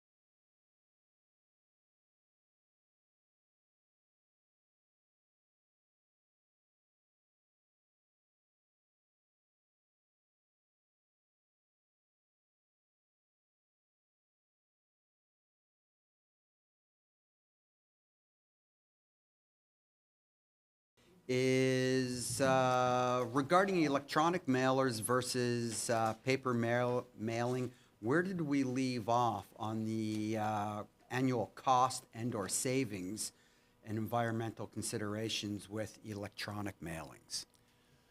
Well, we have come up with a plan to address public consultation, and there's 3 levels of public consultation in that, and it's part of our citizen engagement charter. And level 1, which I'd say is the lowest amount of consultation, or the least amount of consultation, is relying almost exclusively on web and social media, whereas level 3 does contemplate such things as hard copy mailers.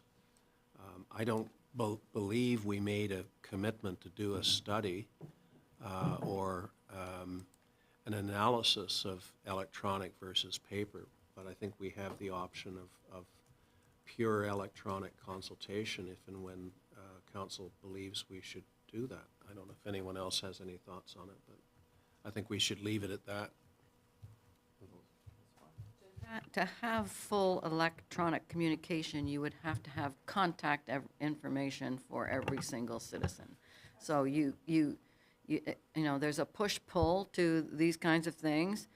We can push it out there, but we can't know that we're connecting with everybody. So what we use is a pull method, because we put it on a website, we expect people to go there and get the information. We do not have everybody's electronic address Unless to they be able to volunteer, send it. unless they volunteer. They volunteer it, but we don't have everybody. So that's think that's, not an equity kind of Yeah, solution. I'm trying to move through these things as fast, but Melinda? Well, just to say, exactly, and so we have 500 emails, and we have 7,000 people, or 9,000 people who, whatever, 7,000 voters. So, yeah, we've got to use multifactorial, so I don't know that a cost thing is, we didn't decide to do a cost. No. So the next question is, how does one volunteer or contribute to municipal events such as the Halloween party and other events? Kimberly?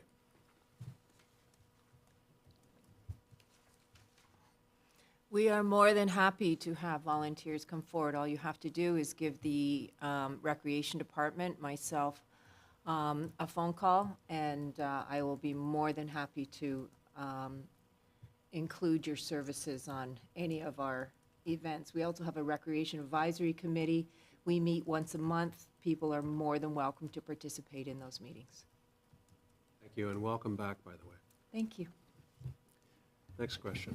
So the next question from Dina Balsden: When will Mono change bylaws such as Caledon has done to stop transport trucks that are being parked or allowed to be parked on front lawns? Okay, over to you, Fred. Do you have any thoughts on this as part of our, So this is pertaining specifically to rural areas, because in residential areas, there is a limit on the size of a commercial vehicle that can be parked in a driveway, and that, I believe, is 1 ton. But in rural areas, an owner-operator of a transport truck is permitted to keep that transport truck at their property. And where we encounter this tends to be, we know of at least one household that both father and son are independent truckers and bring their rigs home at night. Elaine?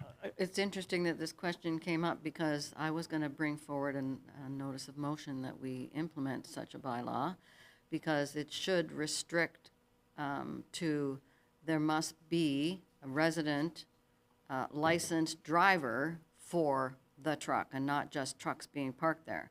So I think that's how Caledon deals with it. So I was going to look into their bylaw, actually, so I find that interesting, so That'd be future. great.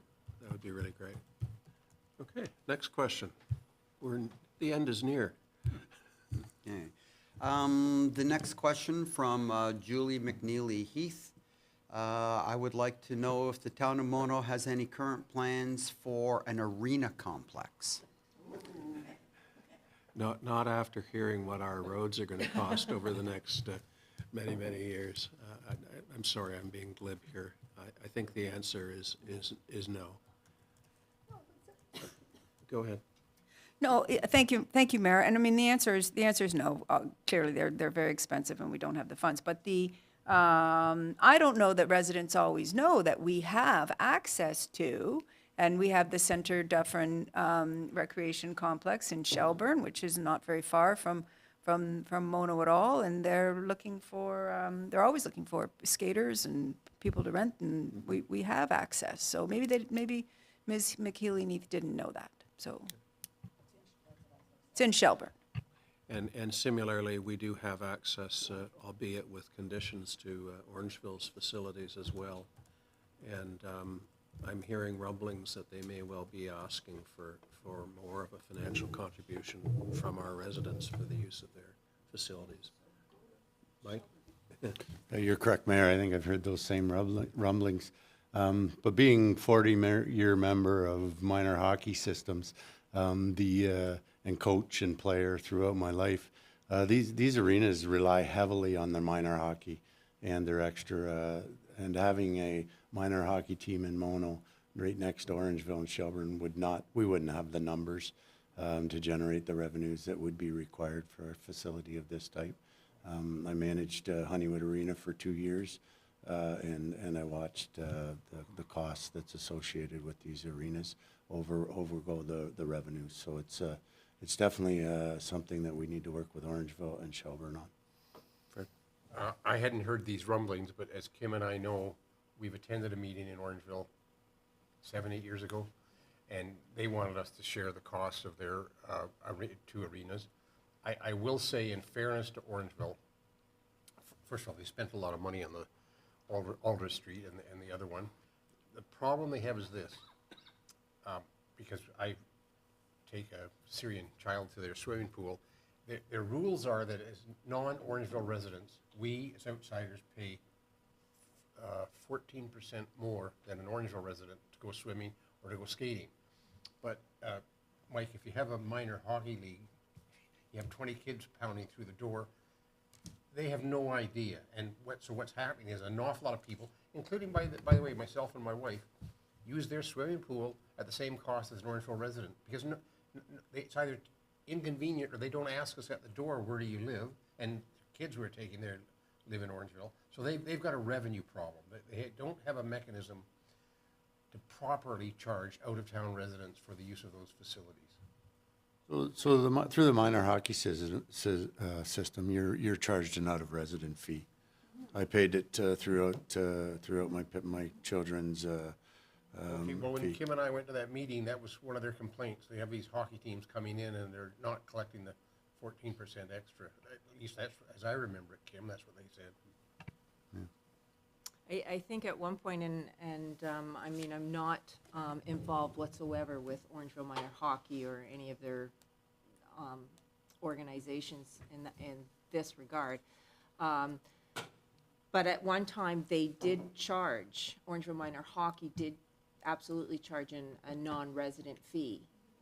And then what did happen was, how did it work? We used to pay to Orangeville Minor Hockey what they had to pay for the non-resident fee. So we reimbursed. That has since gone by the wayside. Same as we do for swimming lessons. Yes, our residents are in, for anything that is a life skill, such as swimming, which is what we refer to. We reimburse our residents the difference between what they have to pay and versus what an Orangeville resident pays. Right, but the Shelburne one, we already pay. As a group, we sit here, it's a budget line, so our residents are entitled to go there. Thank you. Next question. Next question comes from Stephanie Meggs, and she asked for an update on the fiber installation specifically along Hockley Valley Road. Okay. So I've had, and staff have had, some communication with Rogers, fairly extensive communication with Rogers as to the status of the project. It is ongoing. It is moving along, albeit at a very slow pace. They understand, I think, and thank you, Council, for dealing with this at our last meeting where I was absent at the AMO conference in Ottawa. Somehow or another, the discussion got to Rogers. They found out about it, they saw it on TV, and it lit a few pants on fire, I think was the way of putting it. And that resulted in Rogers reaching out and trying to assuage us of their commitment to the project and completing the project. I've had the experience in the past 72, maybe a few, let's say 3 weeks, of dealing with Bell Canada on internet service in the town, and specifically DSL, which is degrading in terms of its usability. It's predicated on a copper wire system that is, I think, being allowed to disintegrate. And I went through personally the process of attempting to get a high-speed wireless connection to Bell from their tower, which is on Highway 10, north of Camilla, south of Highway 89. Total frustration, being assured that I could get the service, then being told that I couldn't. I wrote to the president of Bell Canada and BCE, and I wrote to a vice president of BCE, Bell Canada, and remarkably, within about 5 hours, I got an email from both of those people telling me that an individual would be in touch, which they were within minutes of the arrival of those 2 emails. And what I asked for was twofold. Number one, I obviously want to solve my problem, but moreover, I wanted to initiate a discussion with Bell about their current tower capacity, their current ability to service people with high-speed wireless in town, because at the present time, it's the only possibility until such time as fiber is fully laid. So remarkably, somebody got back to me about my personal circumstances, but then this morning I got an email back from head office, and they're prepared to engage in a discussion with the town about high-speed wireless, increasing the capacity of their network and the speed of their network. Elaine, and then Fred. I'm not sure if we've had conversations with Zing, because they actually put fiber in almost all of King Township, I'm pretty sure. So why are we not entertaining them? Because they're doing fiber, and, I know that, but can we not sign another contract? Are we exclusive to Rogers? There's no contract with Rogers. Right. Rogers applied for federal and provincial funding. They were successful in their application, and that's why they are working in mono. If somebody else wants to work in mono, we're not going to stop them. But Right. I don't think there's any more federal monies or provincial monies out there. I don't know. Especially if it's going to parallel something that the feds in the province are already paying for. I don't know, but Zing was a good alternative, and I believe that one of our committees recommended that many years ago. Fred? Just two comments. One, I have, over the year, serviced with Bell Canada, and I'm quite pleased with it. 27 to 29 megabytes per second download, which is fine. But to specifically answer Ms. Mag's question, the company that's doing the utility locate was out on Hockley Road yesterday and the day before, and I stopped to talk to them, and they're doing the utility locate before Rogers can put the cable in.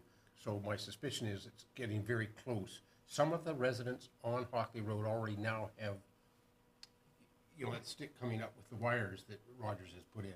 I don't know if there's a cable down there, but they already have that in front of their place.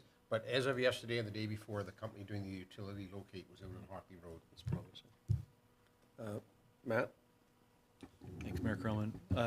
I'm also aware that there's been some delays with permitting. So the NVCA, they're still working with some of the external agencies to get approval for those road bridge crossings adjacent to Nottawasaga River and Hockley Road. Thank you, there's some Matt. challenges there, And that- too, And this is more for the benefit of our representative on the NVCA. Rogers and its contractor have told us that when they make a permit application to the town of Mono, we do a very rapid turnaround. And in fact, usually so fast that they aren't picking them up as quickly as maybe they could. But with the NVCA, they are taking their full allotted time to turn around permit applications. So I think it's 30 days they have under provincial regulation to turn around a request. Their NVCA is taking the full 30 days, and it is slowing down the installation. So if we could leave that with you, Ralph. Well, Mayor, this program has been going on for, I think, 3 years. 30 days is nothing in it if they can get some action. I'm very disturbed with this program because when I was campaigning, and I was telling people that all of Mona was going to be covered within a year, which is what they told us. And at the moment, although we have lines down some of the streets or the roads in the southern part of Mono, I don't think anybody's been connected even. So And the connection is something that we're assured is going to occur sooner rather than later, but I wouldn't hazard a guess as to exactly when. And it's something that I hammer them on every time I talk to them is, if you've got the cable in the ground, start connecting a few people because it will show good faith. But unfortunately, we don't have a contract with Rogers. Rogers is out there as a result of federal and provincial monies. And there were other operators such as ViaNet who applied for those grants, and they were unsuccessful in getting grant monies. But we did in fact have extensive communication with ViaNet. First name Brian, I forget his last name. And we were trying to attract ViaNet to put some equipment up on our water tower. So I didn't recognize the Zing. Have they rebranded themselves? Well, yeah, the ViaNet took it over a few years ago. Okay. So if there's, and then of course North Frontenac extended their project from Amaranth into Mono, much to our surprise, through the SWIFT program. And there are people hooked up as a result of that, and they had a bit of a rocky start, but I think it's been sorted out.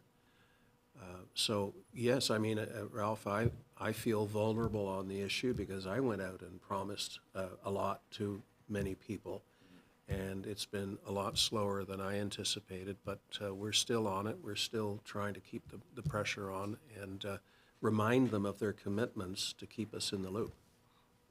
Again, back to an accountability question. They've got federal funding. Who's keeping them accountable to what they said they were going to deliver? And so who should we be actually contacting? It's not good to go to Rogers because they're just going to do what they do. The funding body is the people who should know about what's not being done. And I can say, I filled out their form. I have never been contacted.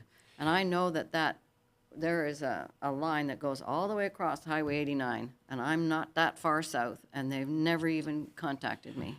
The Minister of Infrastructure for Ontario has indicated an interest in hearing from municipalities who are meeting with frustration, delays, whatever, and they've let it be known that they will be on to the providers, and that's, I think her name is Minister Sharma? Sharma, Kinga. Yeah, so there is at least a mechanism vis-a-vis the provincial monies and provincial grants, but it's anyone's question as to whether the feds are monitoring this or whether they care, having cut the checks, whether they care to follow up. Maybe we should ask Kyle. So you're right on there, you know. So has there been any contact with the Minister of Infrastructure? This is the first I've heard about this minister. Yeah, I've only recently become knowledgeable about her interest in hearing from municipalities, but we can certainly follow up. Well, let's do that. And I have had discussions with Kyle Seebeck about the federal program, and he described it to me as a bit of a black box. That's in quotes, in terms of, you know, who's in charge, and there's CRTC money, and there's other monies, there's different pots of monies that they're pulling from. But we could certainly be in touch with Mr. Seebeck's office as well. So, but I'm feeling optimistic about the Bell approach because of the turnaround time that I've got on those emails. And those emails are not easy to find. But the problem, and I'm not very far from 89 either, but it's like this, and my house is up here, and the things here, like the topography is a real problem for line of sight satellite stuff that Bell is giving you. I mean, and even Starlink and so on, right? I mean, that being in the woods and things like that. Like Mono has a lot of problems, and it's nice that they're working on the south and so on, but the north is going to be a real challenge. So I always thought it was line of sight as well, and that I can't even see a neighbor from my house, let alone a tower. However, Bell sent out a technician, and this was part of my frustration. Bell sent out a technician who had equipment, and he tested for the signal off the Highway 10 tower, and it came booming in. And I said, well, there's trees there. There's an elevation change. And he says, the tower on 10 is particularly well sited, number one. It's an old microwave tower that dates from probably the 50s or 60s. But it's now, some of these signals are apparently sufficiently strong that you don't actually physically have to see the tower. So the line of sight thing is a bit of a misnomer. And Bell does have the capability of sending a technician out with equipment to see whether or not you can get up on that tower. So I was feeling pretty good about this, and I put in my order, and then I heard nothing. And they never got back to me until 3 weeks later I'm told, oh, sorry, the tower is already fully populated with users, and you have to wait until somebody, leaves the system in order to get, and would you like to be on the waiting list? Well, they sent a technician up to my place who put a great big thing up in the air, and he got the signal from the tower just south of Hockley Village, and it was reasonable, but then I had to help pay for and construct a 35-foot tower to put the aerial, or the thing on top of it, but I can just reach the Hockley Valley Tower. Yeah. Fred. So last question comes from Mr. Chris Elwood, and he would like to know what is being done about the outdated hunting on residential property laws. Okay. I'm going to recognize my colleague to my right. This is the issue that I have been bringing forward to council, and that's what one of the cases that sparked that number 14 firearms discharge in Mono. And I don't think it's good enough to just say hunting is allowed. And I believe there needs to be restrictions on if you have a property that's this size or smaller, you can't hunt on it. And I'm saying this, and I know there's all kinds of regulation out there that's gonna say you can't do that. I don't really care. Anyway, and that there has to be so many meters in setback. We do that for setback for the smell of cows. This is something a lot more critical than the smell of cows. And so there needs to be minimum setback of where people are operating things on, whatever the minimum size property is that you can actually conduct this activity on safely. It is, somebody wants a children at play sign. This is children can't even go outside their house for fear of getting shot. They can't go to their own forest. They can't take their dog out. They've been living like this for at least 4 years. This is terrifying. I would not be able to live there, and I don't think it's right. One person's rights shouldn't trump everybody's rights just because the hunting laws say so.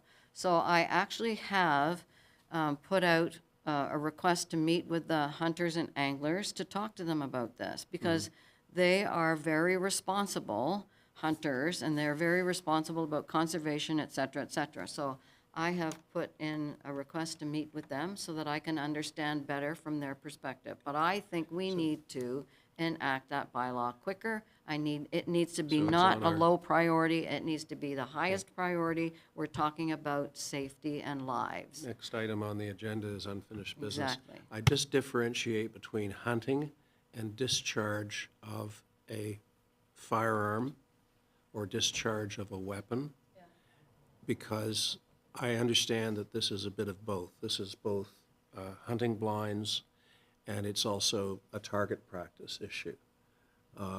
In talking to Fred about this, I was worried that we cannot regulate hunting as a municipality, but we can regulate the discharge of a weapon, and whether or not a crossbow was considered a weapon for purposes of any potential bylaw. The good news is, yes, it can be. Fred? Just the obvious question that came to my mind when I read this series of emails that Mr. Elwood has sent is, look, we often have neighbor-to-neighbor issues.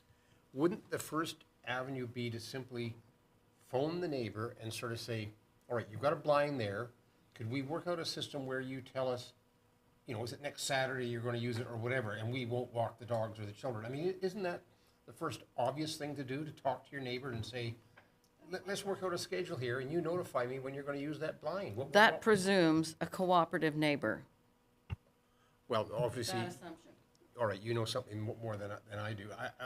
Mike and I have been out on a property bordering town-owned property, and we found a hunting blind right on the property line, and not only was the blind there, but the deer pellets and the pile of apples was on our property.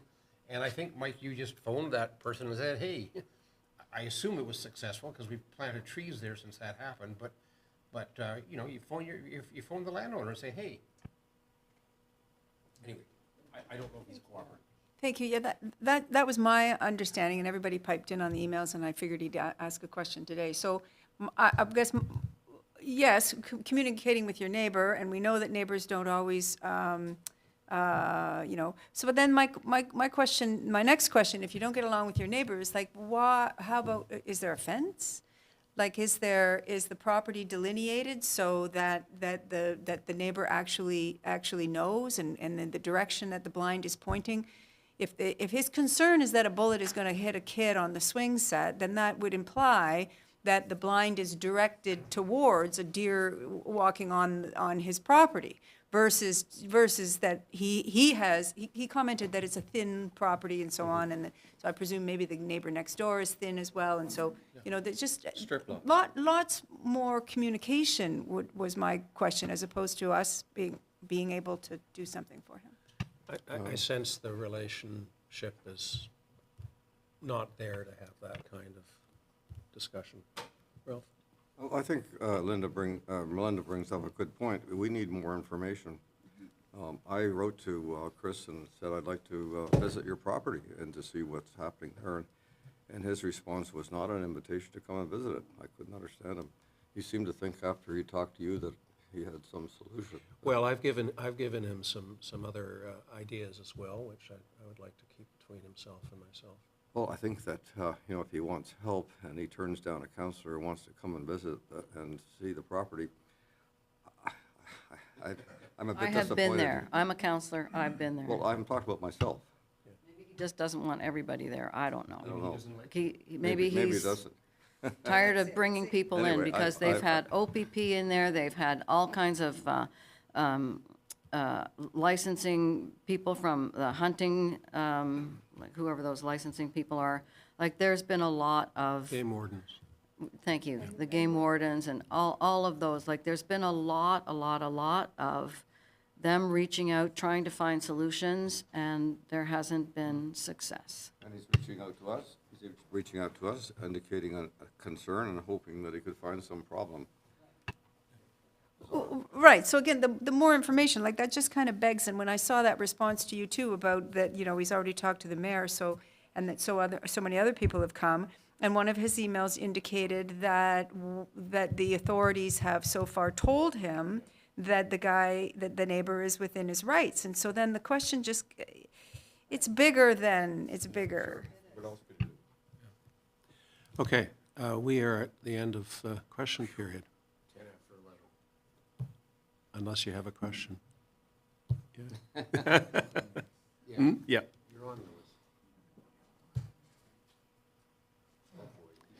Louis, let's make this as brief as possible because we're running really late.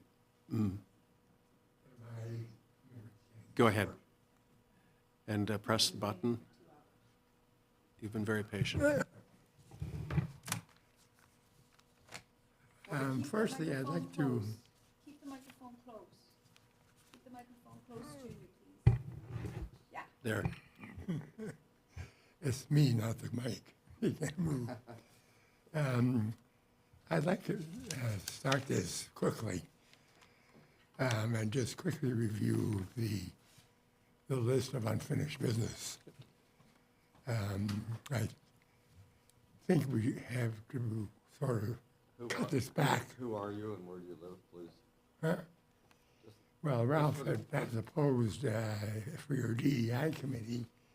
No, Is there- who are you for the audience? Just state your name, sir, for the record. Pardon? Your name and Your name address. and address. My name? Yeah. Louis Baker. That's correct. You, him, or me? You. Louis, we need it for the record, the digital record. The DEI committee, Ralph, I remember when you started it by somebody that really wasn't too outgoing. But the big companies now are discontinuing that at a rapid pace. It's causing more problems than it'll ever fix. And for example, Walt Disney, the whole list of them in the Wall Street Journal last week. And even here, the number of companies that are discontinuing, and it makes perfect sense.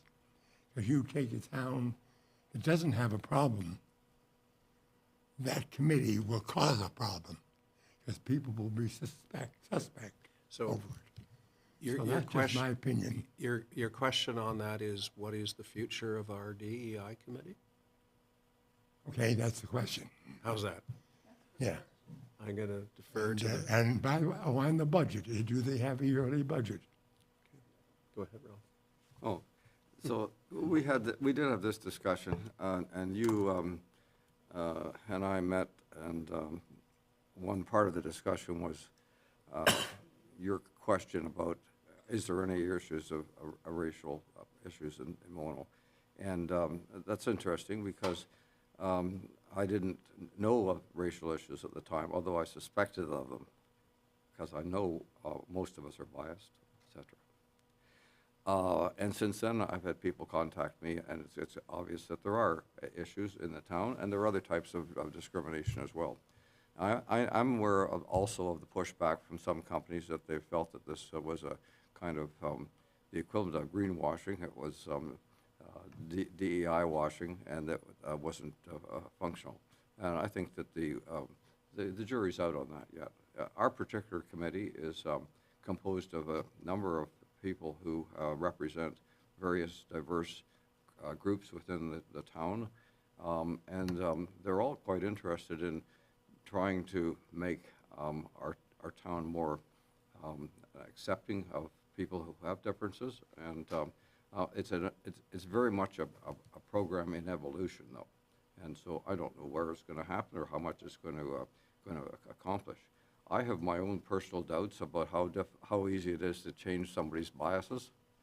They're so ingrown, but on the same token, I'm willing to be educated to understand how so-and-so who has a different skin color than mine, for example, is treated in town and how it feels to be that person. So I hope that's helpful to you. Thank you. The Hockley Community Center. You're talking about partnerships? We have been approached by the Hockley Historic Community Hall and Church people, and we've had discussions with our neighboring municipality about various options, and there have been no decisions made on that yet. I know they're getting anxious to hear back from us, and it would have to be something that is, viable from an ongoing basis. The board is looking for a partnership, and we're just not there yet, I think would be the best way of putting it. Well, they're looking for a partnership because they're looking for your money. Well, yeah, probably, Yeah. probably. Well, But there's things short of money where we can be of assistance to them, and it's all up for discussion. And as I say, no decisions have been made yet. Has any technical inspection of the property been carried out by anybody? Well, I wouldn't say here? technical, but we've been out there a number of times, both Kim Heaton and Mike Dunmore and myself, and we're fairly aware of the state of repair, and some aspects are brand new, and others are not so brand new. I can answer it too. And we did just designate it historically, so it's received a historical designation. Thank you for that. I wasn't at the meeting. This property, as you well know, sits on the Mono-Adjula town line. It happens to be on our side of the road rather than Adjula, but it's also used by Adjula. And we're considering the possibility that there might be a joint support from both municipalities. And as you probably know, the other municipality has gone through some staffing restructuring. And now that that's over, I anticipate that we'll be having conversations which will be fruitful, either be with us or not. MC Square used to have their annual meetings there. So Louis, I'm going to be abrupt here. I know one other questioner had 4 questions, but we do have to get on with our regular business.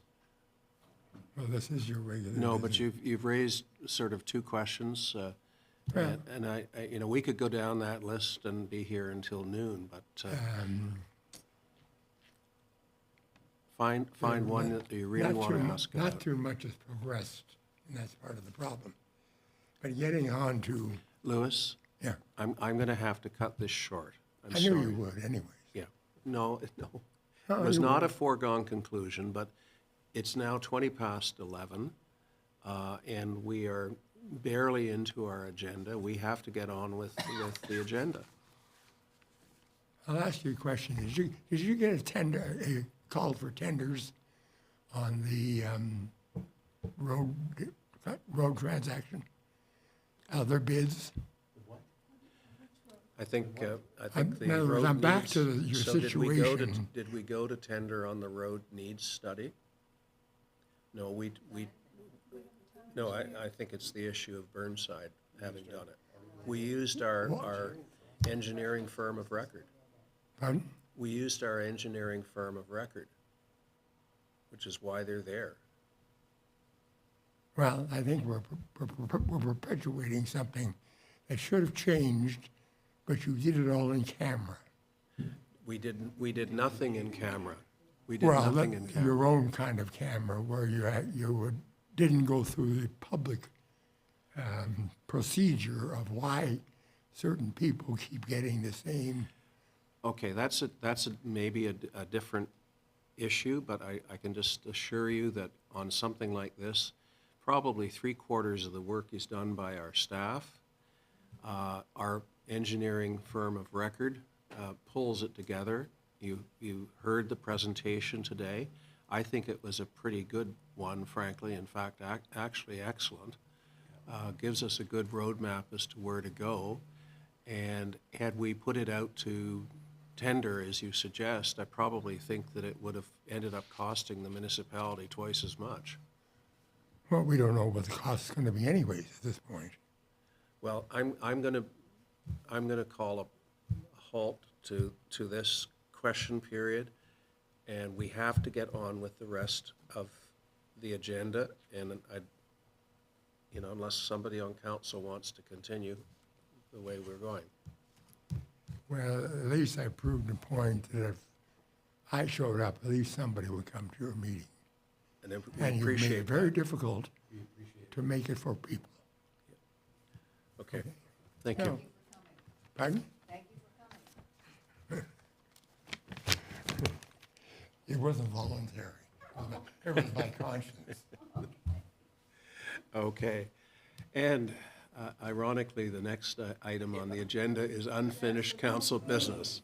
So, So how, direct them not to leave then, because now we're going to talk about it. so Louis, we're going to have a discussion about the items on the list of unfinished council business. So please hear us out on that, because I'm sure that there are members of council who want to advance certain things faster. Elaine? Doing a town hall meeting every month to get this presentation. Okay, thank you.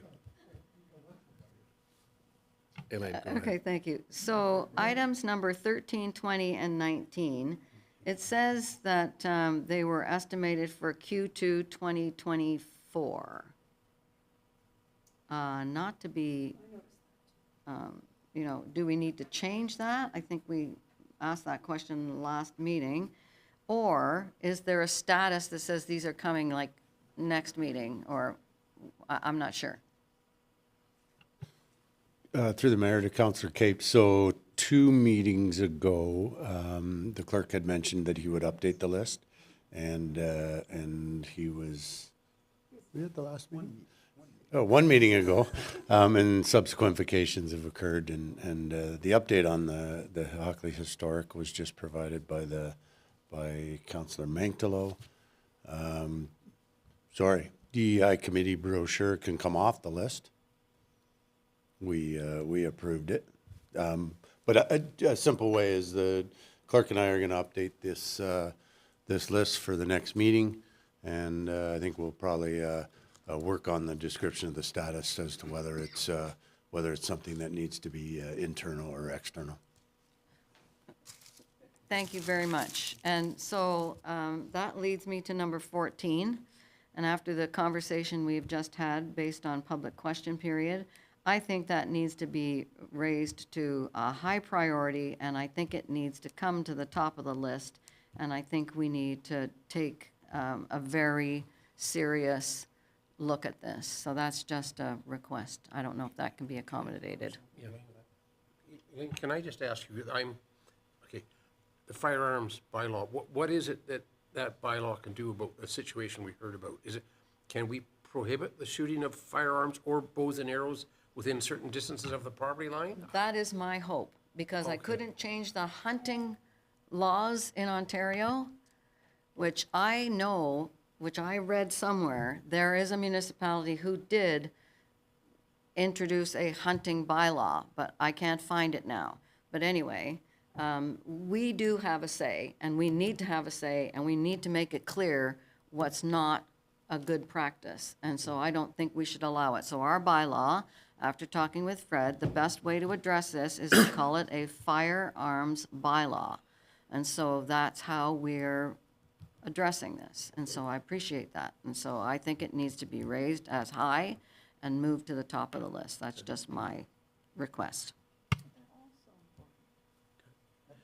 So is council agreeable to having that moved up in priority? Yeah. I know that there's at least one location in town, which I was told about yesterday, where there's a lot of firearm activity, including automatic weapons. And the OPP don't seem to be able to handle this. And so anyway, I think it's an issue in town, so I support Elaine's suggestion. Yes. One more point to this. with the increase in short-term rentals that is happening throughout Mono, people who do come here, they come to a rural property, they don't know what the bylaws are, they don't know what is allowed and what isn't allowed, and they are encouraged to bring their four-wheelers, bring their dirt bikes, bring their weapons to fire. Like this, I've heard this from people who've seen the ads. Come here and you can do this on this big 100-acre farm that we are renting out. So like it's going to be even become more so prevalent because people are coming thinking this is the vacation, Wild West here. And so they can do anything they want. So, we need to make sure we're clearly communicating what is allowable and what's not. And so that's coming next, but that's part of it. Yeah, go ahead. I hear you, Elaine, and I'm totally supportive, but I would point out that the current number 14 firearms bylaw report is listed as easy to do and was scheduled for Q3 of 2024, so quite frankly, by changing its status, Q3 of 2024, we're already there. I'd just like to ask the clerk. But the priority says Well, okay, but Let's hear from Fred on this. So work on that bylaw is more than 50% complete, and my workflow includes bringing that in the next 6 weeks or thereabouts. Council wants to change it on the report? Absolutely. A simple resolution will do that. Rest assured, it is the next major item on my work plan at the moment. Until Unless we council distract you. changes that. It is the next major item to be delivered. I should say not next, because the noise bylaw, of course, is scheduled for later this month. But as far as developing a bylaw, this is scheduled for next month. Thank you, Mayor. Yeah, the last time we had a discussion about let's move stuff up, it was the move up the short-term rental one. I think that we have a resident who comes and wants to go through the whole list. I think we've talked about this before, that our document is a step forward, but it isn't there yet as to exactly what it's doing for us, because you know what you have to do, and you're working through it. It's a ginormous list, and so every time we ask for something to be different and to change on the thing, I don't, then you bring up the short term, we'd already put it as high, and yet Mr. Simpson has just told us that there's a couple that are coming, which is awesome that they're coming, but there's a couple that are coming before that one, and right? I don't know whether this conversation is helpful to it leads staff at the end of the meeting to be confused about what is it that which one should I be doing and how should it go? I was working my way through. So I think the estimated date thing is a problem, because we do read it all the time. So if you can change it for us, which is what you said now that you're back from holiday, that's great, but I don't know that it's actually beneficial to have it on there. It reminds us of what our priorities are, and it reminds staff of what our expectations are. So, but I agree with you that it needs to be reviewed, and it's in a state of change, of flux. Anyways, so. I just want to clarify that what I want to do on number 14 is change the priority from medium to just call it high, because it is a high priority. Yeah. It is not going to change anything else that's on there, because Fred is already looking at it. Mm-hmm. But that it says high doesn't mean it's at the top of the list. It's high in priority of importance, and then there is the ease of implementation. Those two factors determine the estimated time frame for it to come here. I just want it to reflect that we do think this is a high, serious priority. Thank you. Okay. So bylaws, correspondence, et cetera. The site plan agreement for Little Sprouts Day Nursery. We have a report on that, and this is eagerly awaited. wherein we have a motion that council introduce and give the necessary readings to a bylaw authorizing the removal of holding H provision associated with the Hamlet Residential Exception 3, RH-3, bracket H zone, bylaw 2024-14 that applies to the east part of Lot 13, Concession 8, EHS 308618 Hockley Road, County Road 7, that it be signed by the mayor and clerk, sealed and engrossed in the bylaw book. Do I have a mover for that? Yeah, Fred Nix and Councillor Capes is a seconder. Any questions on this? And Fred first, and then Elaine. This is just a stickler question. We're basically saying we'll remove the hold provision because all of the conditions have been satisfied. But when I read the letter from Wesley Gowing Architect, let me just go over a couple of points. Septic system, documents to follow. That suggests to me that we actually haven't quite got all the documents we need yet. Potable water system, water quality test report to be provided before the end of August. Did we get it? Dufferin County Public Works compliant status, pending final comments. My point is this. We got a letter from the architect saying, yeah, we satisfied all the conditions. But when you read the letter, there's a lot of things that are still pending, and I want to know if the town's got any liability issues here by removing the holding condition before we've actually seen or got all these documents. Mike? Thank you, Deputy Mayor Nix. So I think the better option is to read our consultant planner's report. The building permit was issued, and final inspection of the septic install is part of the Dufferin County. So the change of use 25 based on 25 children attendees for the day nursery have been approved at the county level. Potable water, MEC, the applicant is just starting her process with the MECP with respect to that.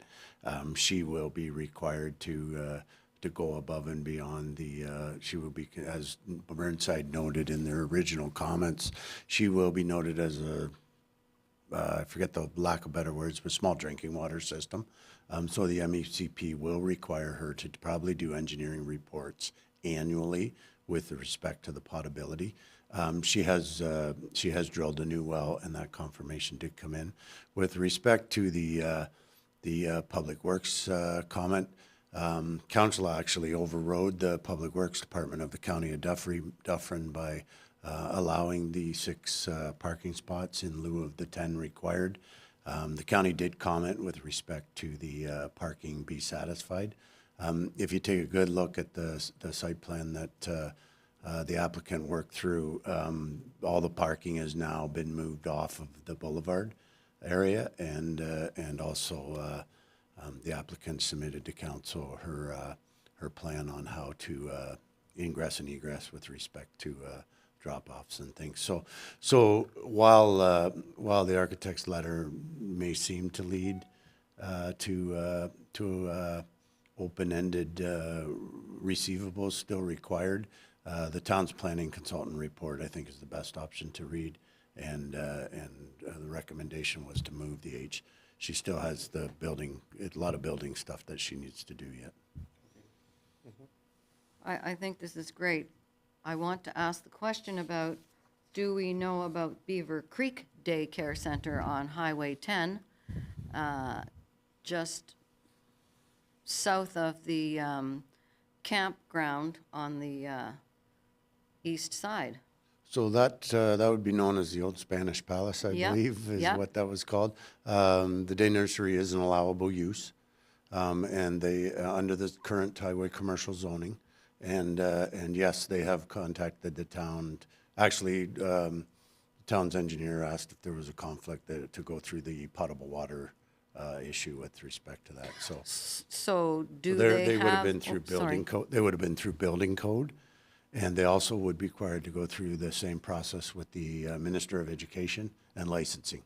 And so do we know if they have licensing? That would be as the allowable use is allowed per the zoning bylaw. all the other regulations would be under the Ministry of Education.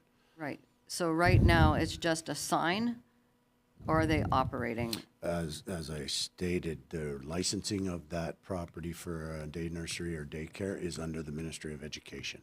It's not up to us. Right, right. It's Okay. an allowable use. Right.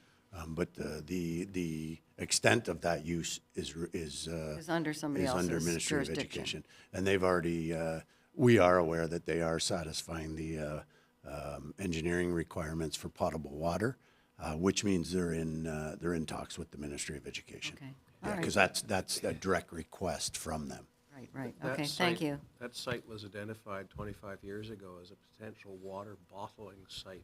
There is so much water on that site, it's unbelievable. But is it possible? And they went through the Dufferin County Building Department for the wasn't a change of use because it's an allowable use, but for the modifications to the facilities to satisfy the attendees and or the occupants that would be utilizing the building. Thank you, Mayor. So can I bring this back to the motion at hand about this little sunshine, what's it called? Those sprouts. Sprouts, which is terrific and an awesome and so on. I was concerned before, and I'm concerned still about the parking. But if everybody has checked off everything, and we've got a new plan here and everything, and she's got I can see the arrows of how the cars are going to come and everything, then it's going to get going. My question is, what happens when the 25 kids does really create a back up on the road and so on? What is going to be, is it going to be our jurisdiction because it's a county road, and how, and like, is there recourse for this? Because the parking spots even, and they're even indicated that the parking spots are going to be for staff only, and then another one just for the handicap, so you really only have 3.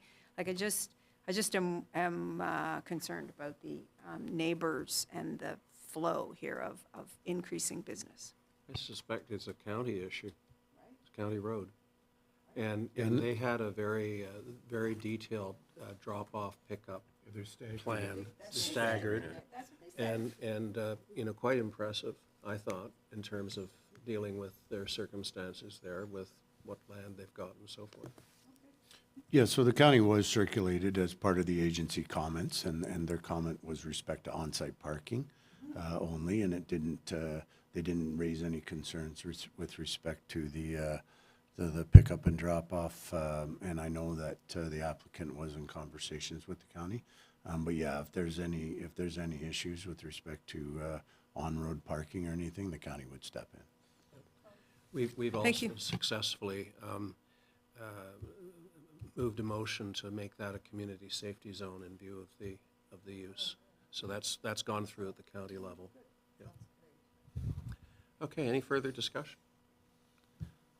Any opposed to the motion? Motion is carried. We can have Simi hit the keyboard upstairs and lift the hold. This has been a long time in coming, and very, very frustrating for the applicant at various stages, and we certainly weren't the least of the problem. Yeah, well, it's been a struggle for them to put this thing together.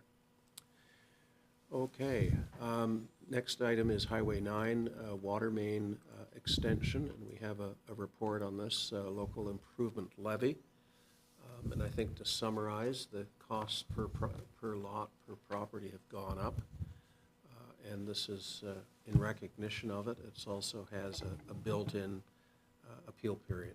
So if one or more of the property owners objects to the difference in cost, they can make their views known to council. Is that a good summary, Mike? Excellent summary.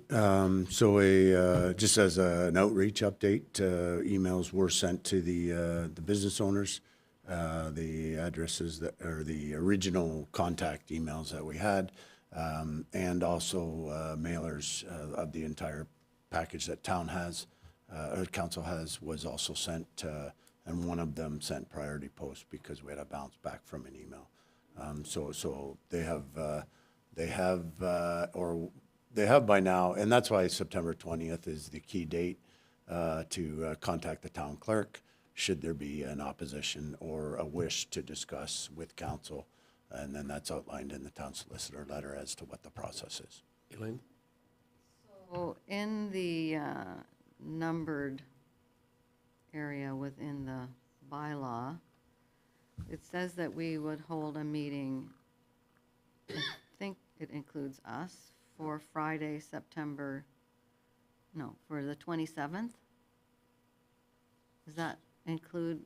So Yeah, so number 2, sorry, that we would have a committee of council and, If there's an objection. oh, if okay, there's an objection to the clerk prior to the September 20th, okay. and I don't know how, I'm pretty sure that's regulatory through the Planning Act or the Municipal Act. And should there be an objection or a wish of one of the owners, I don't believe it's extended to residents of the town. I believe it's the specific owners. Council would become a committee of revision? Revision, Committee yeah. of revision, sorry, I knew I read it somewhere. That you become your own committee to listen, decide if you want to impose and/or change or modify the local Yeah. local levy. Thank you. So just a heads up, I may not be available.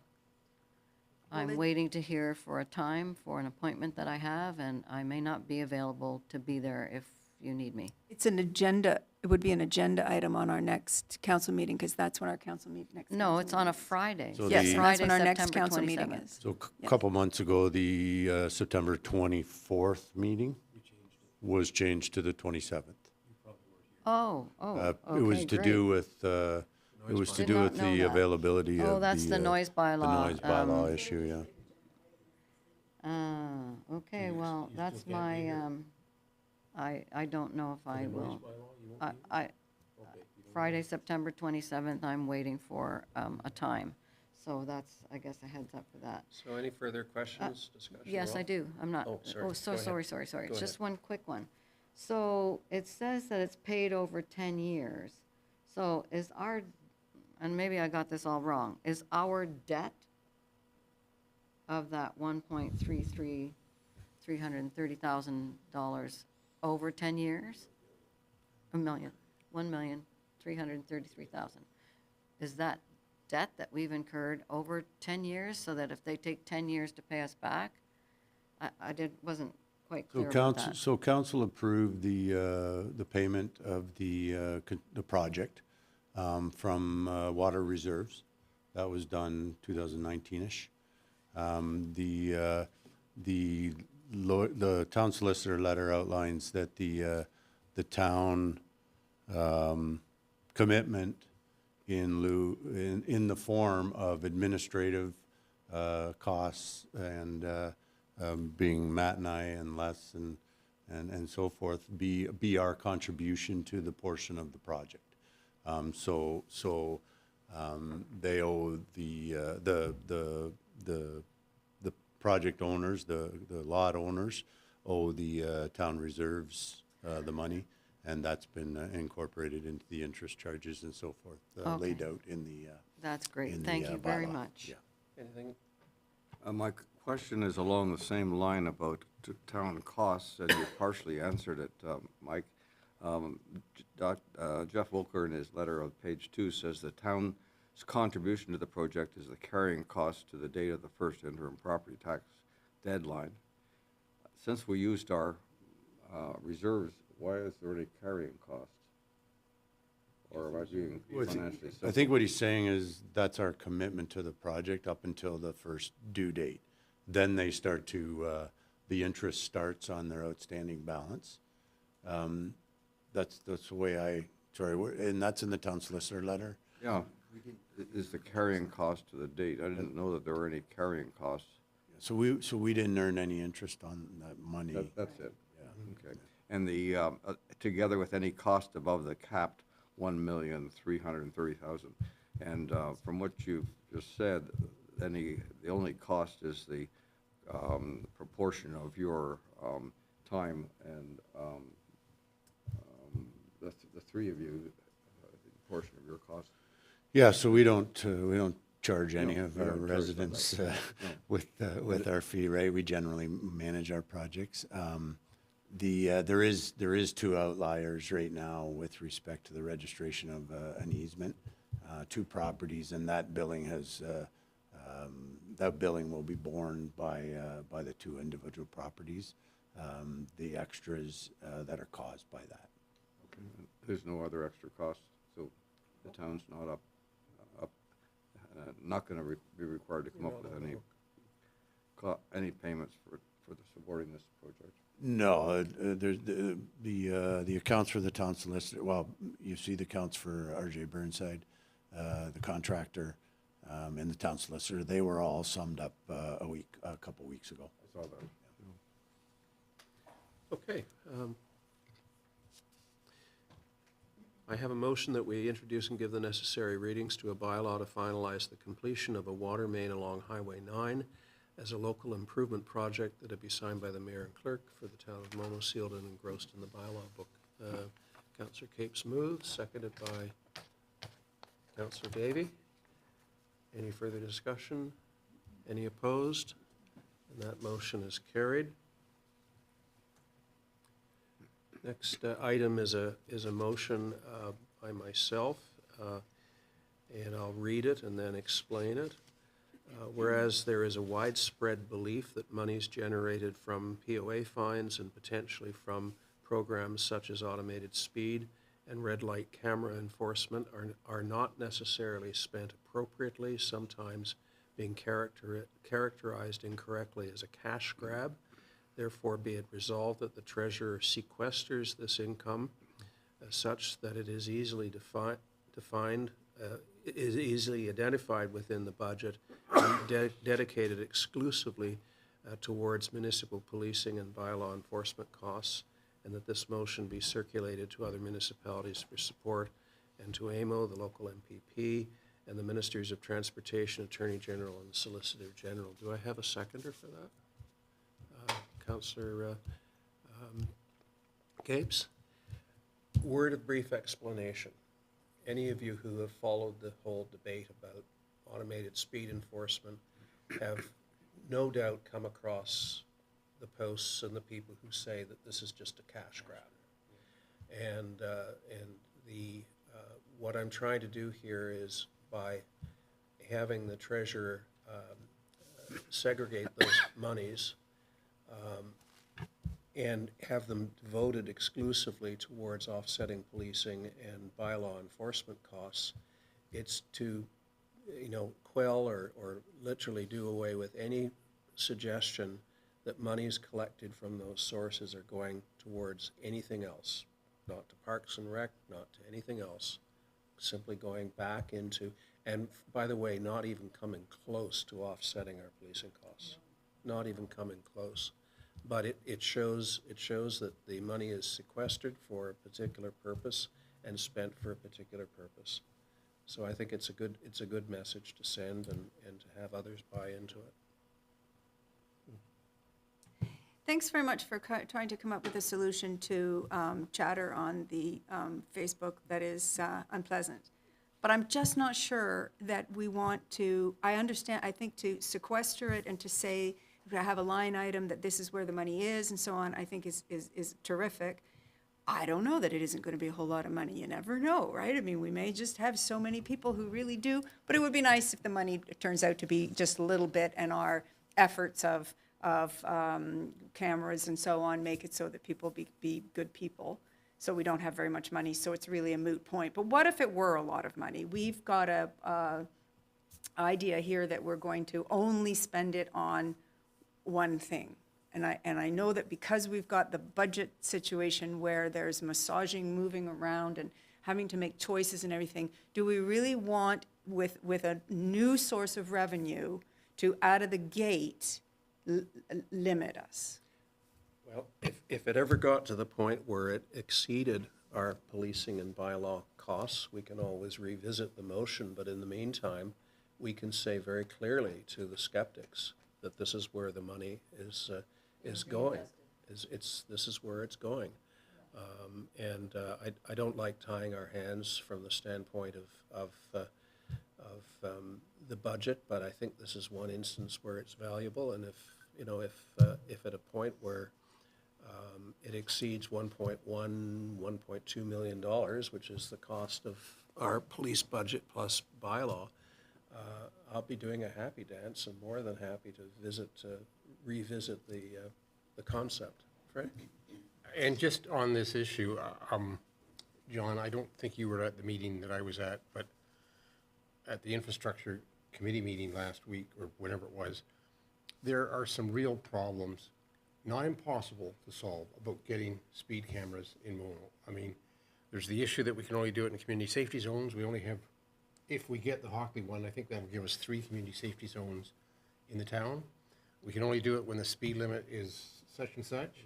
And then there's a problem, well, particularly for the Hockley Village, we have a situation with a county road, so we'd have to enter some complicated agreement with the county about using their infrastructure to put a camera, and then us getting the data. But then there's a further problem, as I understand it, John, about is it administrative fine? There's only a certain number of companies right now that are available to do the work. And my understanding from the conversation we had is there's a real logjam there. So for the benefit of council and the public, my suspicion is it's a long time before we're going to see speed cameras. Notwithstanding the excellent letters that our mayor has written to the Minister of Transport, I don't anticipate we're going to see speed cameras in the town of Mono for any time soon. There's a business for somebody to start right away administering all that stuff. Yes, there is a business. Well, and there are businesses that are stepping into that void. I think you'll find that the Shelburne, town of Shelburne will be first out of the gate in terms of automated speed enforcement. I know they're talking to a provider who does a turnkey, we do everything kind of thing from the standpoint of the equipment, plus the administrative penalties. So it's difficult, Fred, but it's not insurmountable. And under my reports, I'm going to report on a response we got from the Minister and Deputy Minister of Transportation in Ottawa on this topic. Do we even have our own traffic light that isn't a county road? Traffic light? Well, just that you've got a red light camera enforcement in here. No, it's in anticipation. It's the wording is in anticipation of that. So it's, and potentially from such programs as automated speed and red light camera enforcement. The potential. Potentially, yeah, yeah. So when we make $1 million off of the fines, then we'll be able to get a traffic light. Absolutely. Absolutely. Any other questions on this? Okay. Any opposed? Yes, Fred? My apologies, Your Worship, I missed the mover and seconder. Yeah. Yeah. You moved, I moved. and I seconded. Yeah. Thank you. Yes, I moved. Okay. And Fred, could you reread this, because I saw a typo in it at one point? Yeah. Yes, Oh, that, the one you this is have good? there, But is not on one the that I've agenda- reviewed. Not on the agenda one, yeah, okay. Indeed, that would be my fault. Okay, thank you. Next item is Credit Valley Conservation Green Municipal Fund application for growing Canada's community canopies, and that's item number 4. Yes, Thank you. I wanted to know, because of course I support planting trees, and I just wondered, was there specific locations in Mono where some of this forest is going to be planted? Sitting on the CVC board, I can't answer that question. I don't know. I suspect they go out and knock on private property owners' land, and I think if they're acceptable to it, they plant trees. They have a map. Oh, I forget the name of it. I'm sorry, but they've identified certain corridors that they want to, like green corridors, not just along the river. Contiguous. Yes, and some of them come up into or very close to the town of Mono, I think into Mono. And my suspicion would be that's where they're going to concentrate their efforts. They're going to send people to knock on doors and say, hey, you know, we'll plant trees for you if you let us. Yeah, so I was very concerned about this as well, because there are some private owners of land that I don't know whether they should be getting the grants. But so I called Tamara, and she spoke to Aaron, who then called me back about that this is, they're going to do it anyway. This is to give them more money so that they can do more. So it's a regular program that they have, and that they I guess, advertise it. I don't know, but she didn't indicate that they knock on doors, but that it does come from the property owners. But these are large swaths, not where they're getting the grant so that they can use big machinery, in contrast to our small program where we give you the saplings and you go out with your, you know, and it's all lovely. This is on a much larger scale that they do. So they would be looking for for acreages to tree plant, so. I think Nottawasaga is doing this as well. I think I know a property owner who's benefited from it. Well, and we just, as soon as I was reading all of this, there was something that came in on just a regular newsletter saying that this grant is, the reason why that this is here on our desk is because they need our permission, not permission, but our support. And there's a deadline coming. And so the FCM had just sent out a newsletter saying about the deadline. So I would imagine all of the conservations we'd hope to be on it. Elena, then Ralph. I would almost like to suggest gently that we have some acreage at the top corner of Mono that could be very easily turned into a beautiful forest of trees that are native to Mono. So, The path. well, I am going to bring that forward at some other time, because not only could it be turned into a forest, and maybe it qualifies under this program, but there's something also called syntropic agroforestry. So we could be solving our climate change, adding to our climate change plan to solve climate issues, and also contributing to supplying food to solve the insecurity issue. So I'm going to be bringing that forward at budget time. Ralph? So I think that the ask here is in the last paragraph where they're encouraging our staff to contact them to see if there's any overlap of efforts. I suppose we should do that. I doubt that there's going to be any overlap. The NVCA does have a full-time staff member, Chris Grildemeyer, who is in charge of the tree planting, and he's been there for, I think, 30 years. Pardon? Rick, thank you. And he makes use of grants for everybody. So if a landowner contacts him, as I did a year ago, he comes and he walks the property, decides whether something could be done and what should be done that would work, and then he puts in for some grant requests, and they were very successful. I ended up paying about 25% of the actual cost of the trees, and that was for 2,300 trees. Ralph, was that NVCA? Yeah. Yeah, Sorry. he was supposed to come to my property in July. I never saw him. Oh, he's a busy guy. Call him again. He's very, very amenable. Okay. If there's no further questions or discussion, I have a motion whereas planting trees across the town of Mono will provide many benefits to residents, including increased forest cover and biodiversity, improved soil and water conservation, providing wildlife habitat and climate change adaptation and resiliency, and whereas the Credit Valley Conservation is undertaking the Forestry Rural Tree Planting Community Stewardship Tree Planting Project and Credit River Watershed Home Tree Planting Project, be it resolved that the Council of the Town of Mono acknowledges that Credit Valley Conservation is applying for a funding opportunity from the Federation of Canadian Municipalities,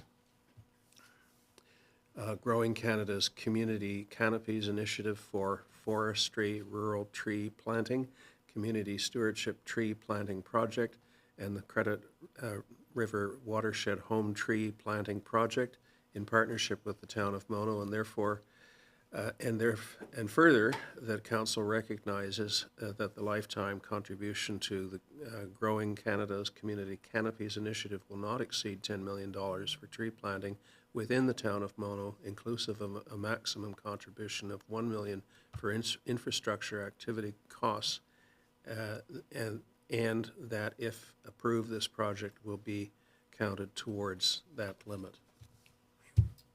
Oh, yeah. Have you got to move it? There's Do I a have a word in there, partnership. When we just talked about that, it was support. When they say partnership, Good point. what does that imply? And our responsibility? So my understanding is they're referring to how that would affect the towns if the town were to undertake a similar program. These trees would count towards the maximum. So hence, it is a partnership in that this would count towards, as the resolution states, this would count towards the town's maximum.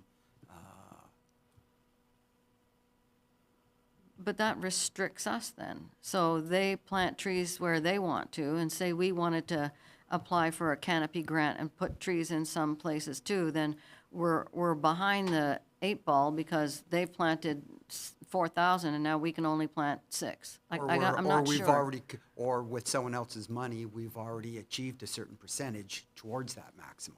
Depends how you view it. Well, yeah, and isn't it also because this is a grant, so that they want to make sure that that everything gets spread out everywhere. They don't want just everybody double dipping and making too much in one spot and another municipality not being able to partake? I'm asking. Well, if they're saying we're sort of getting the money for it, which we're not, and they're deciding where the trees, forests go, then it's not a partnership in that sense. So I have a problem with that word, not knowing what it means.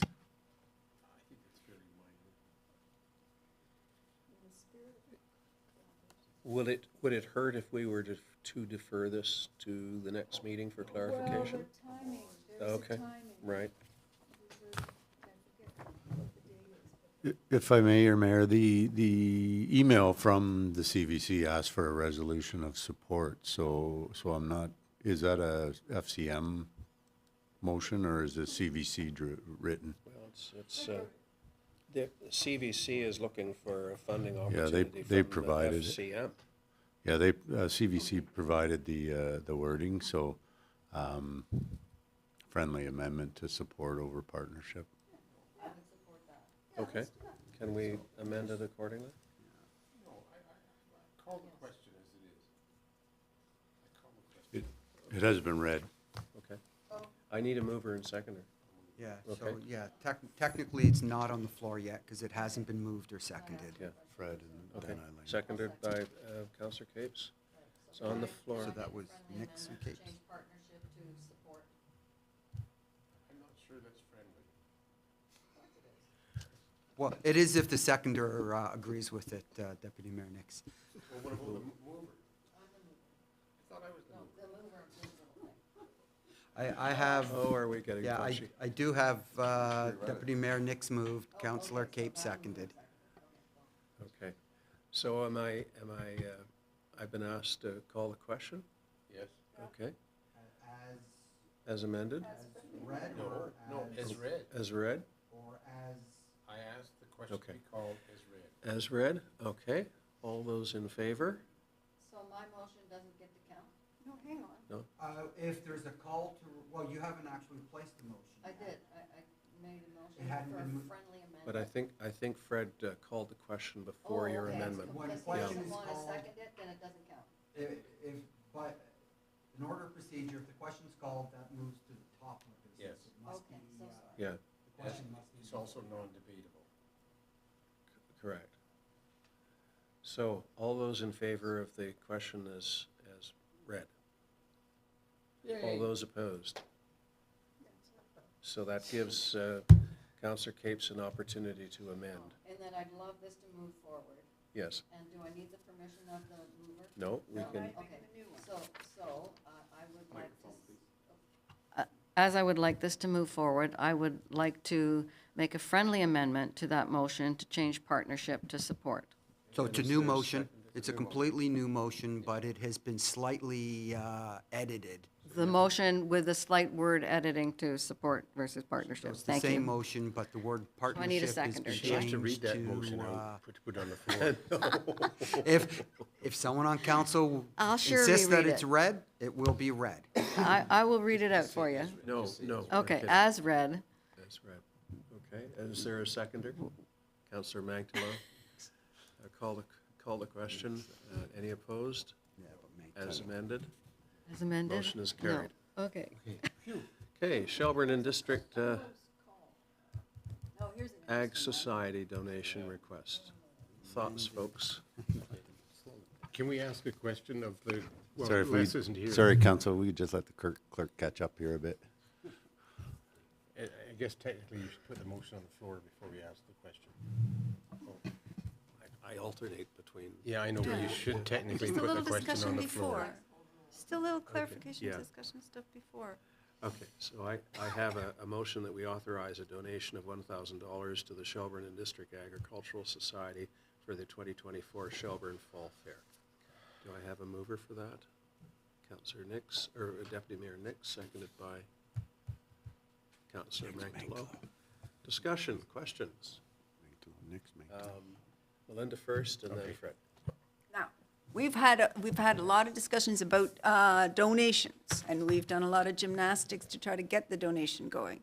And clearly, the Agricultural Society of Shelburne and District is very important, and it's a terrific fair, and they've been doing the fair for a bazillion years, 157. I commend them and all that. But it's still 2024, and we said that we didn't have any money and that we weren't going to give donations. So unless I see is not here to, if we did need clarification on exactly what it was that we did last year. So Fred? So in anticipation of such a question, I spoke with the treasurer prior to him leaving. So he pointed out that council originally did set a budget of 0 for donations, and then they transferred $3,000 from the climate change budget for sponsorships, of which $1,300 of that $3,000 has been spent. The balance is still there. Correct.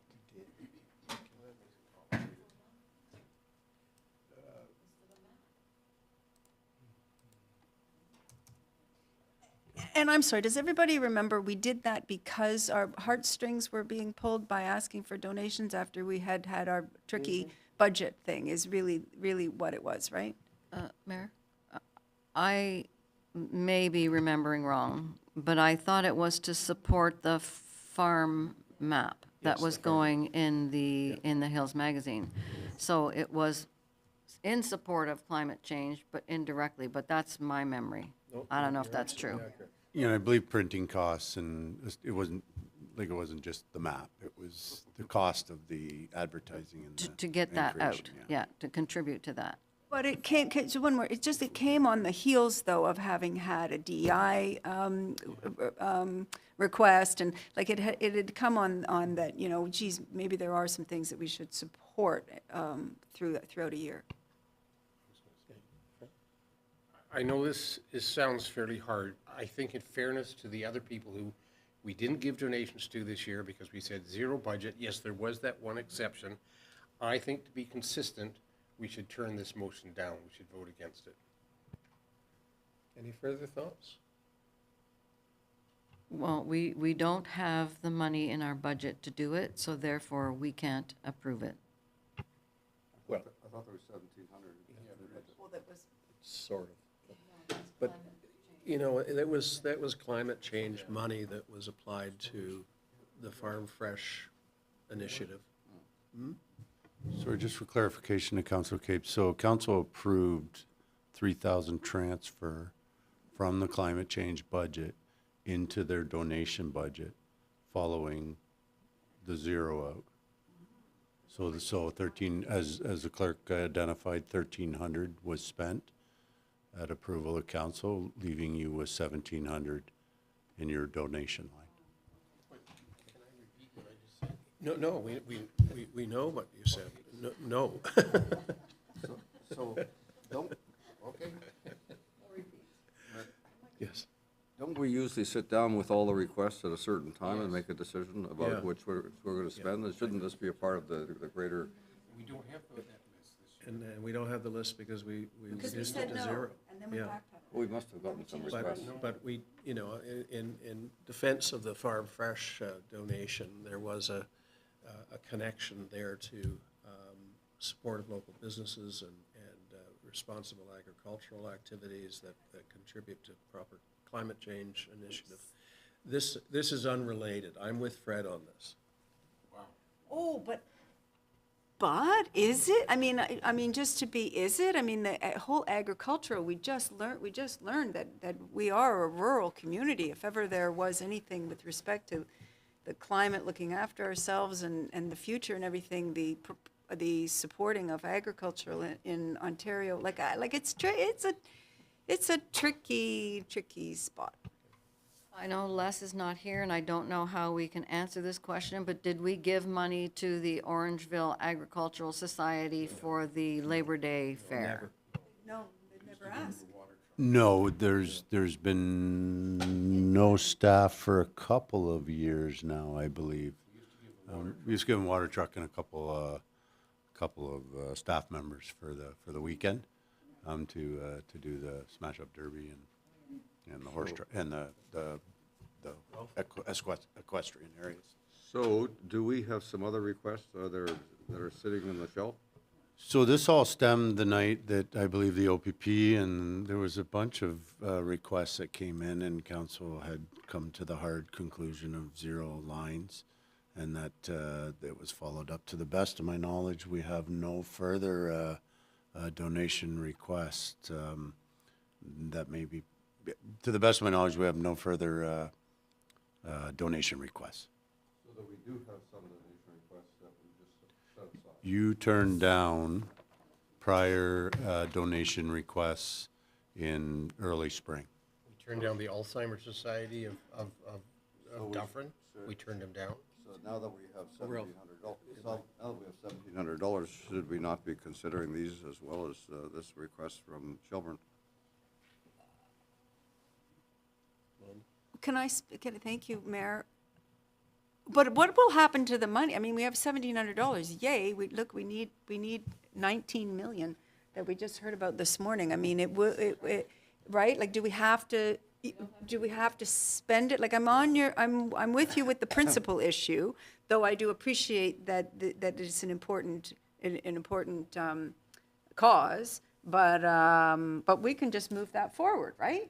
Yes.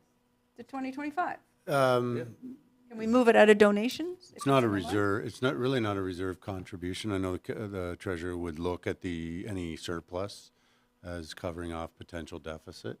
I'm trying to understand whether our financial audit showed that there was a small deficit this year that we're outlooking, but yeah, no, if it's earmarked in a reserve, but generally these don't just carry over.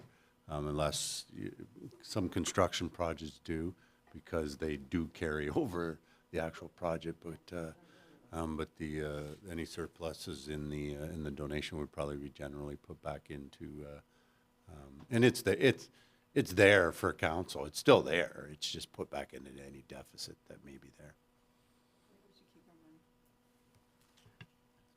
Any further discussion? So there's a motion on the floor. All those in favor? Motion Is to give them $1,000. Anybody in favor? Opposed? I'm a farmer. Motion is lost. But we need to have a big thought about this for next year. Okay, well, I'd feel better if the request had more connection to the concept of climate change. Schedule A. So I have a motion that we accept Schedule A to this agenda. Do I have a mover? Councillor Cape, seconded by Councillor Davey. Items on Schedule A that people would like to address? Anything?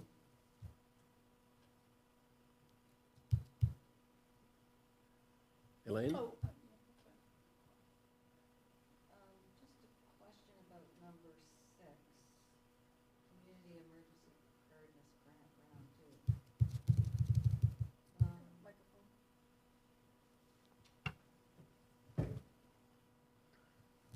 2. I guess I'm just looking at this Community Emergency Preparedness Grant Round 2. Maybe I'm incorrect, but I thought emergency preparedness was driven from the county. Like they host it, I'm not sure, I'm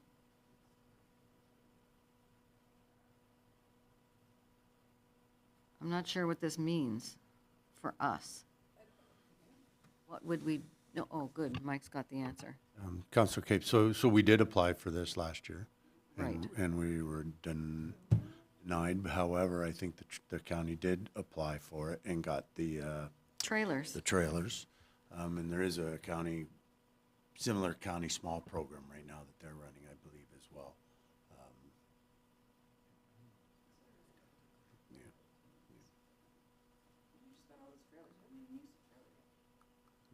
We hope we never reuse the trailer. That's that.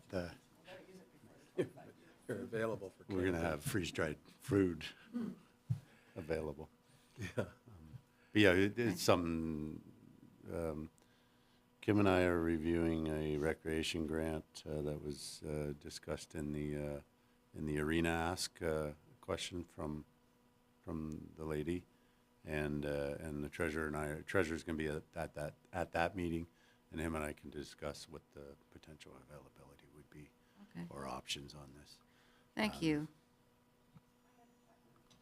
Thank you very much. Yeah, as usual, Schedule A is always interesting. I was just thinking that it would be nice, since we in the past have supported some other resolutions. I think this one, the last item that talking about building and community and infrastructure, is that the one? Yeah, number 7. That I would kind of want to know people's thoughts on whether we could support this or not. I would wholeheartly support your motion to support that. And again, We need to do a letter of support. Yeah, and again, I don't know what the end game of it all is, but it seems to me to be something it's coming down the road for everybody across the country. Just want to try. Fred? So if, Councillor Davey, if you're looking for a motion, if I may recommend that Council for the Town of Mono supports and endorses the resolution passed by the City of Quinte West, calling on the federal government to provide a supplement to the allocations provided to municipalities under the AMO CBBE agreement for 2024 to 2028 for the same amount that was allocated, effectively doubling the allocation for those years. Okay. So that's moved by Councillor Davy, seconded by Councillor Capes. Any opposed? Motion's carried. Any other items on the hit parade? I really get a kick out of the one about the public sector salary disclosure and wanting to index that. When I first worked for the Ontario public sector at Queen's Park in the 1970s, the threshold for disclosure was $20,000. And then it went to 100, just like that, boom. And you'd be amazed at the number of people who are earning $19,999, including myself. Anyways, there we are. In that you opened that door. I will give notice now that at some point I will come forward to make the case for paying a living wage. I just leave that with you. No. No. No. Fred? So, Your Worship, was that a notice of motion? Not really. No, it's just a forewarning. Of one that's coming. Yeah, yeah. Okay, are there any further discussion of Schedule A? Okay, Moving on, reports of members of council. Fred? So was the motion to approve Schedule A, has that been called? Oh, my apologies. I thought- It's been moved and seconded, but it hasn't been called. Okay, call a motion. All opposed? Okay, I don't see. Motion's carried. Thank you for reminding me. Reports of staff and council. Let's start with Matt.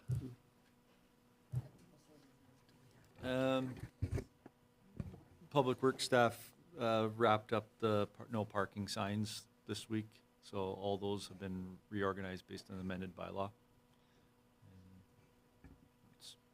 I'll pass it on to Kim.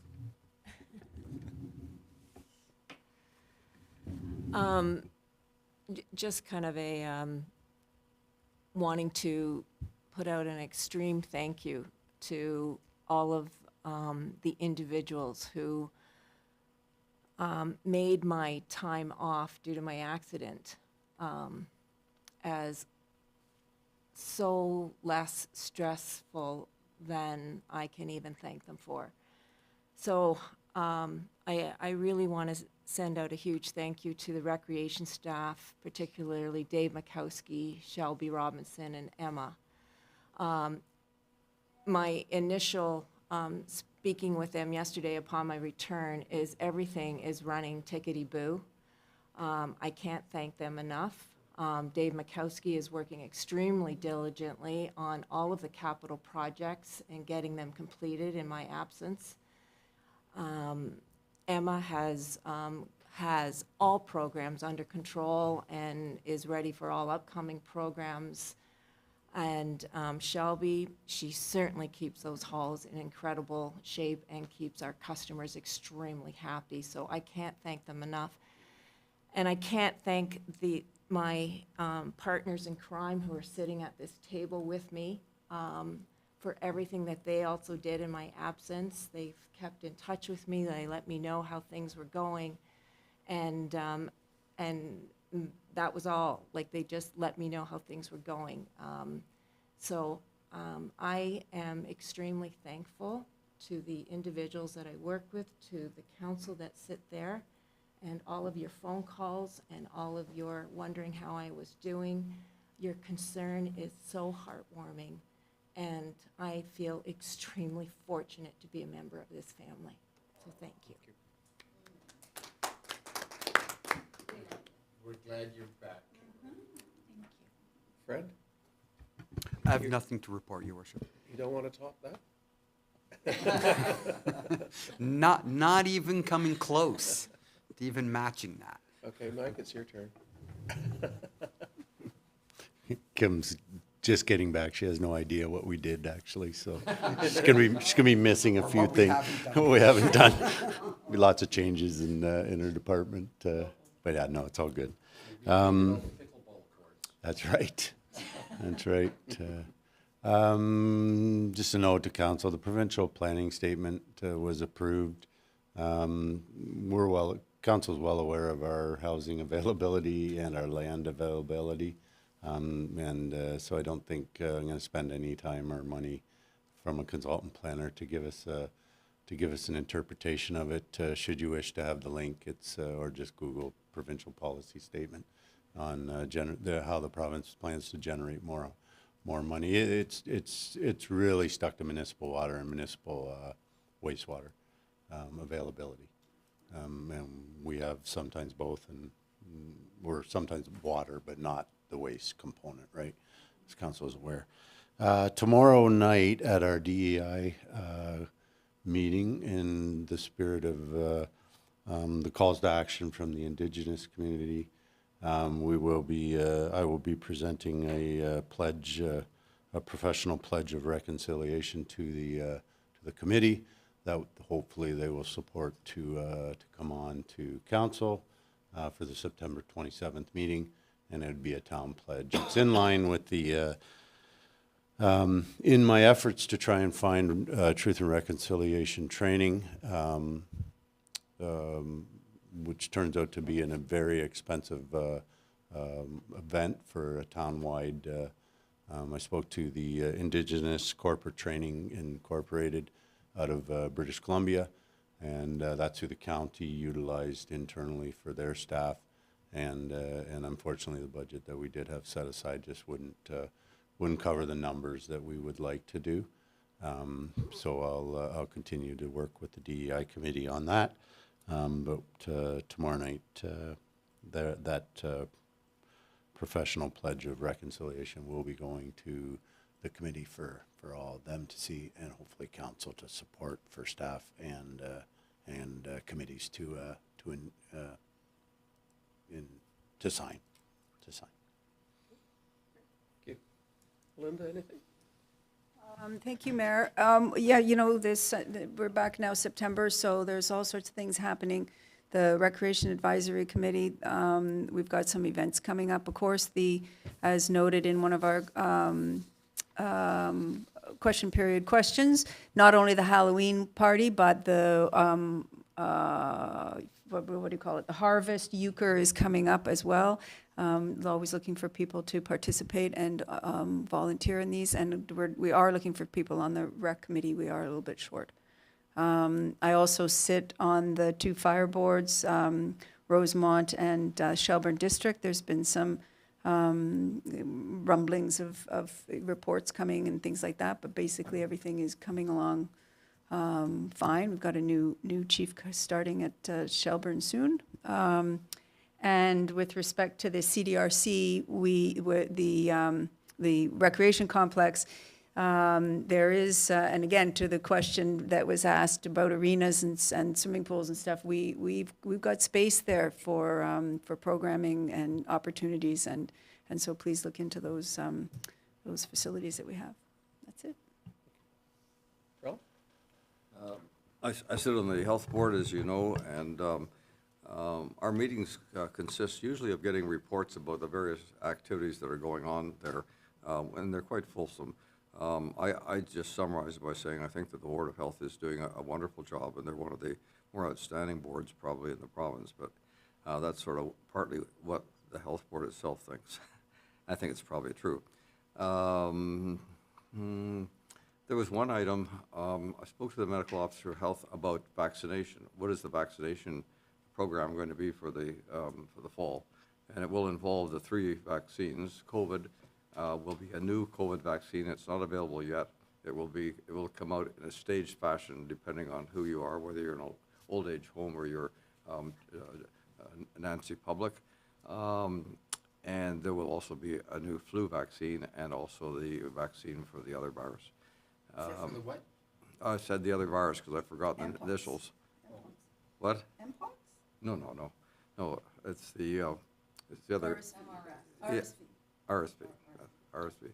So those will be coming up, but the dates are not, and the availability is not ready, which is a little bit of a surprise because we're into into September right now. But people should be getting these vaccines before Christmas, probably in the period of November, I suspect. Okay. I'll go next. I attended the Cardinal Woods 3rd Annual Summer Party on Sunday.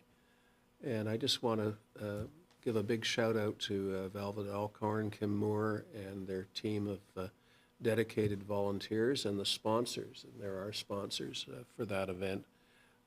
The weather at one point wasn't cooperating, but all in all, I think everybody had a great time. And I don't know if any of you were able to be there, but it is a real traditional block party of sorts, and lots of stuff for kids, and they're going to do it again next year for sure, I'm told. As Fred will probably mention, we have a county consultant's report on fire services. And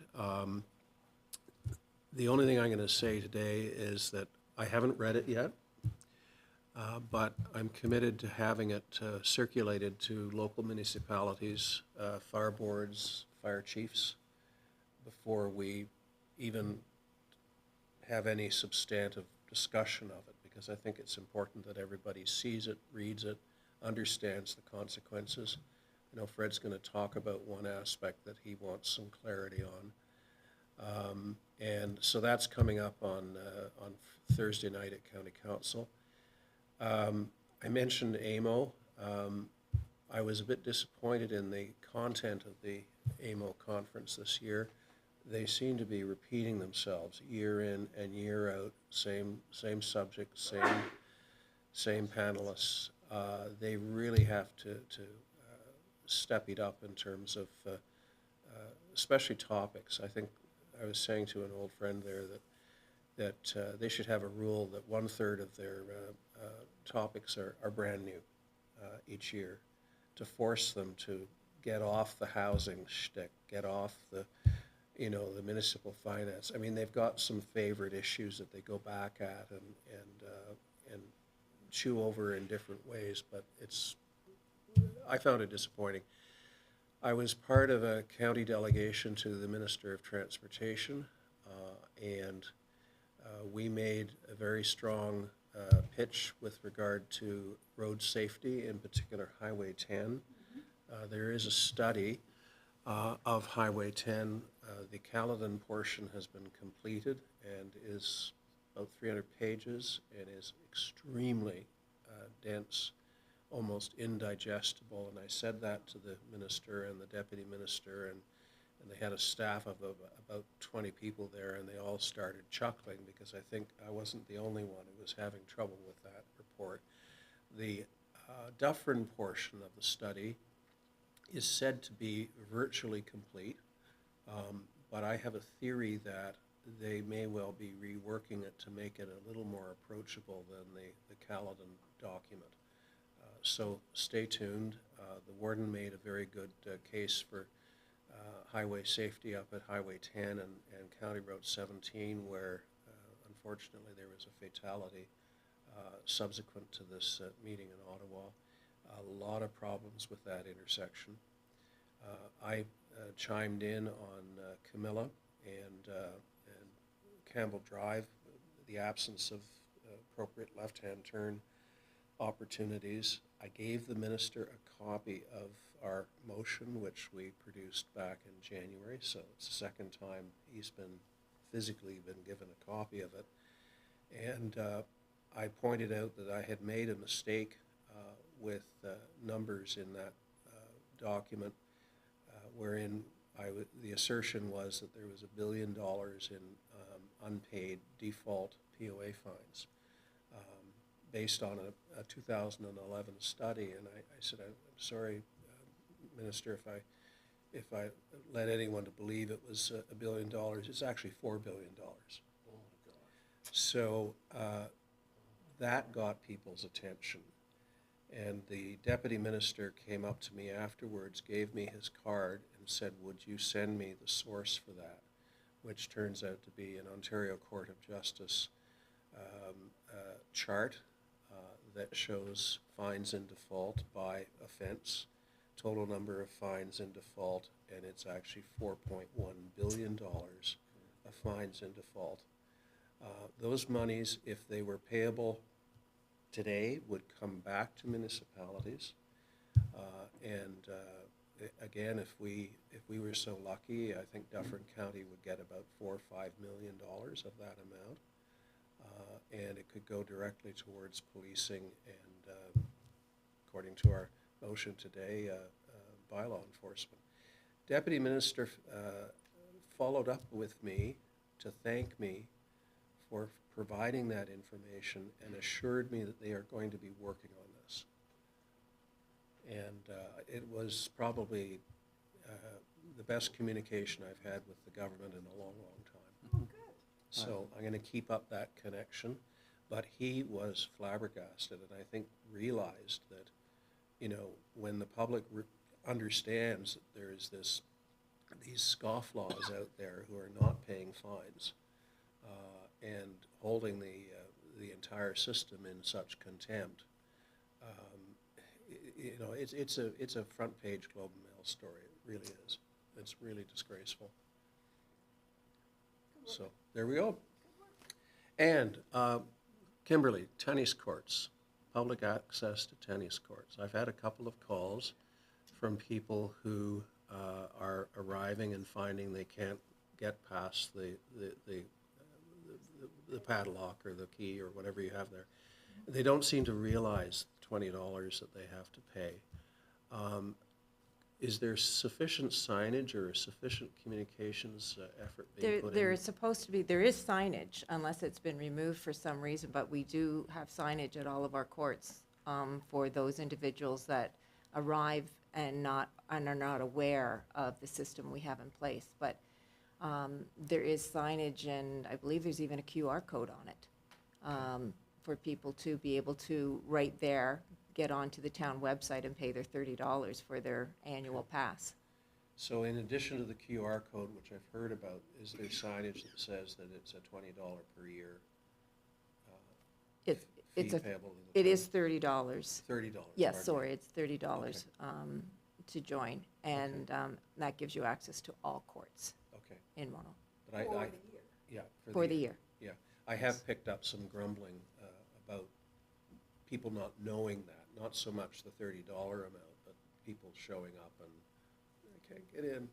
Well, I can certainly check with staff to make sure that those signs are still there, but they were there Okay. prior to my going off. Okay. Yep. That's my report. Sure. Okay, I'll be very quick. I had 6 items. One was the new fire chief we've hired at Shelburne. Melinda and I are not able to tell you who this person is. We've interviewed him. He's very competent. He wants to address the firefighters first before we name him. In that regard, I attended the retirement party for Ralph Schneider, and I thanked him very much on behalf of the town of Mono because he came at a difficult time, and he had some difficult issues to deal with, and he's very happy that he's retiring. The second item, very minor, Credit Valley Conservation has got a grant. I don't know how much money for buckthorn and dog strangling vine in Island Lake.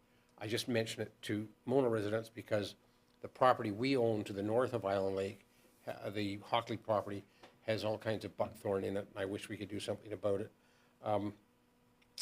There's another thing I can't tell you about, except to let you know it's coming. The county has just received a very large grant that has to do with climate change. I assume it's one of those situations where they're not allowed to say anything about it until the granting agency makes an announcement, but it is large, and you will be hearing about it. This is very good news, okay? The fourth item, and I talked it over with Matt slightly, I was away for the Labor Day weekend and was talking to someone who's connected with Lake of Bays Municipality, and they have an issue up there, and I'm not clear on whether it's from the insurance companies, the Lake of Bays, or the users, but the rule now is if you use their unopened road allowances, you need insurance, okay? So snowmobile clubs or whatever. Matt and I were talking about that because we do have unopened road allowances in Mono where various users are using them, including, for example, the Bruce Trail has some trail. Now, I think the Bruce Trail would be covered because they have an insurance policy. I just mentioned that. I don't know how big an issue it is, Matt. The fifth item, which the mayor has already mentioned, is the consultant's report for $70,000 on fire service in the county, and I think I sent you all an email out. The bottom line is they're recommending one service for the county. We will be discussing it at county, and I agree with John. Before we have a position, I think we have to bring it back and talk about it here as a municipality. I have a concern with the report. It's actually quite a good report, but it misses the key point. It doesn't tell us what's the cost of the current system and what would the cost be of a one-service system. It doesn't mention that at all. It just mentions some old motherhoods about economies of scale, which I'm sure are true. But anyway, that would be my biggest concern with that report. The sixth and last point I have is I was talking to a resident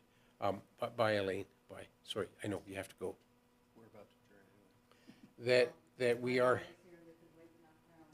We have had a number of those brass plaques, you know, the ones saying Glen Cross, they're being stolen, which is terrible.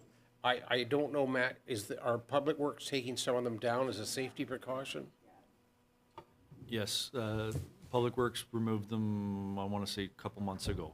They were being stolen, and we made a decision to get them off the roadside, and They're currently being stored at the operations building next door, and until we have a discussion with the Heritage Committee as to how we... I know it would look cheap, but could we replace them with little wooden plaques or plastic? I know that's awful, but it's terrible that people are going around taking our brass plaques off some of our road signs and other things. It's just terrible.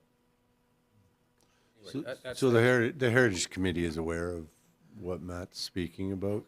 Okay. Andrew's trying to do an online, Andrew was able to get pictures of all the signs prior to removal, and he's trying to do an online, we didn't want to put it live until we got the signs down, because they were going pretty quickly, so. But the Heritage Committee does have, is aware that we removed them, and they're, Okay. yeah, they probably speak, they would probably be better suited to speak to a budget line for 2025. Okay. Anyway, I'm finished. I missed what Andrew was doing online. Sorry? I missed what Andrew was doing online. So we don't want to lose sight of, well, we have a map now of the site locations where all the I see. historical signs were. So he's trying to link them to actual photos and a map. So the suggestion was that that the signage was valuable, not from a bronze standpoint, but valuable as an educational tool, and can we look at some other alternatives, such as plastic? So, yeah, so the Heritage Committee they're aware the signs have been pulled, and they should commence with the replacement look. Is in their lap. Look and feel, yeah. They're meeting on Monday, and I've been invited to attend, which I will be doing. Yeah, I know what I'm walking into. Anyway, so we are at notices of motion. Any motions? Almost Notice? there was a motion from the councillor who's left. Yeah, but I think she wants to work on it. In-camera items, none. I have a motion that we introduce and give the necessary readings to a bylaw to confirm the proceedings of council of the town of Mono in session 14-2024, held on the 10th of September 2024, that be signed by the mayor and clerk, sealed and engrossed in the bylaw book. And that's moved by Deputy Mayor and seconded by Councillor Davey. Any opposed?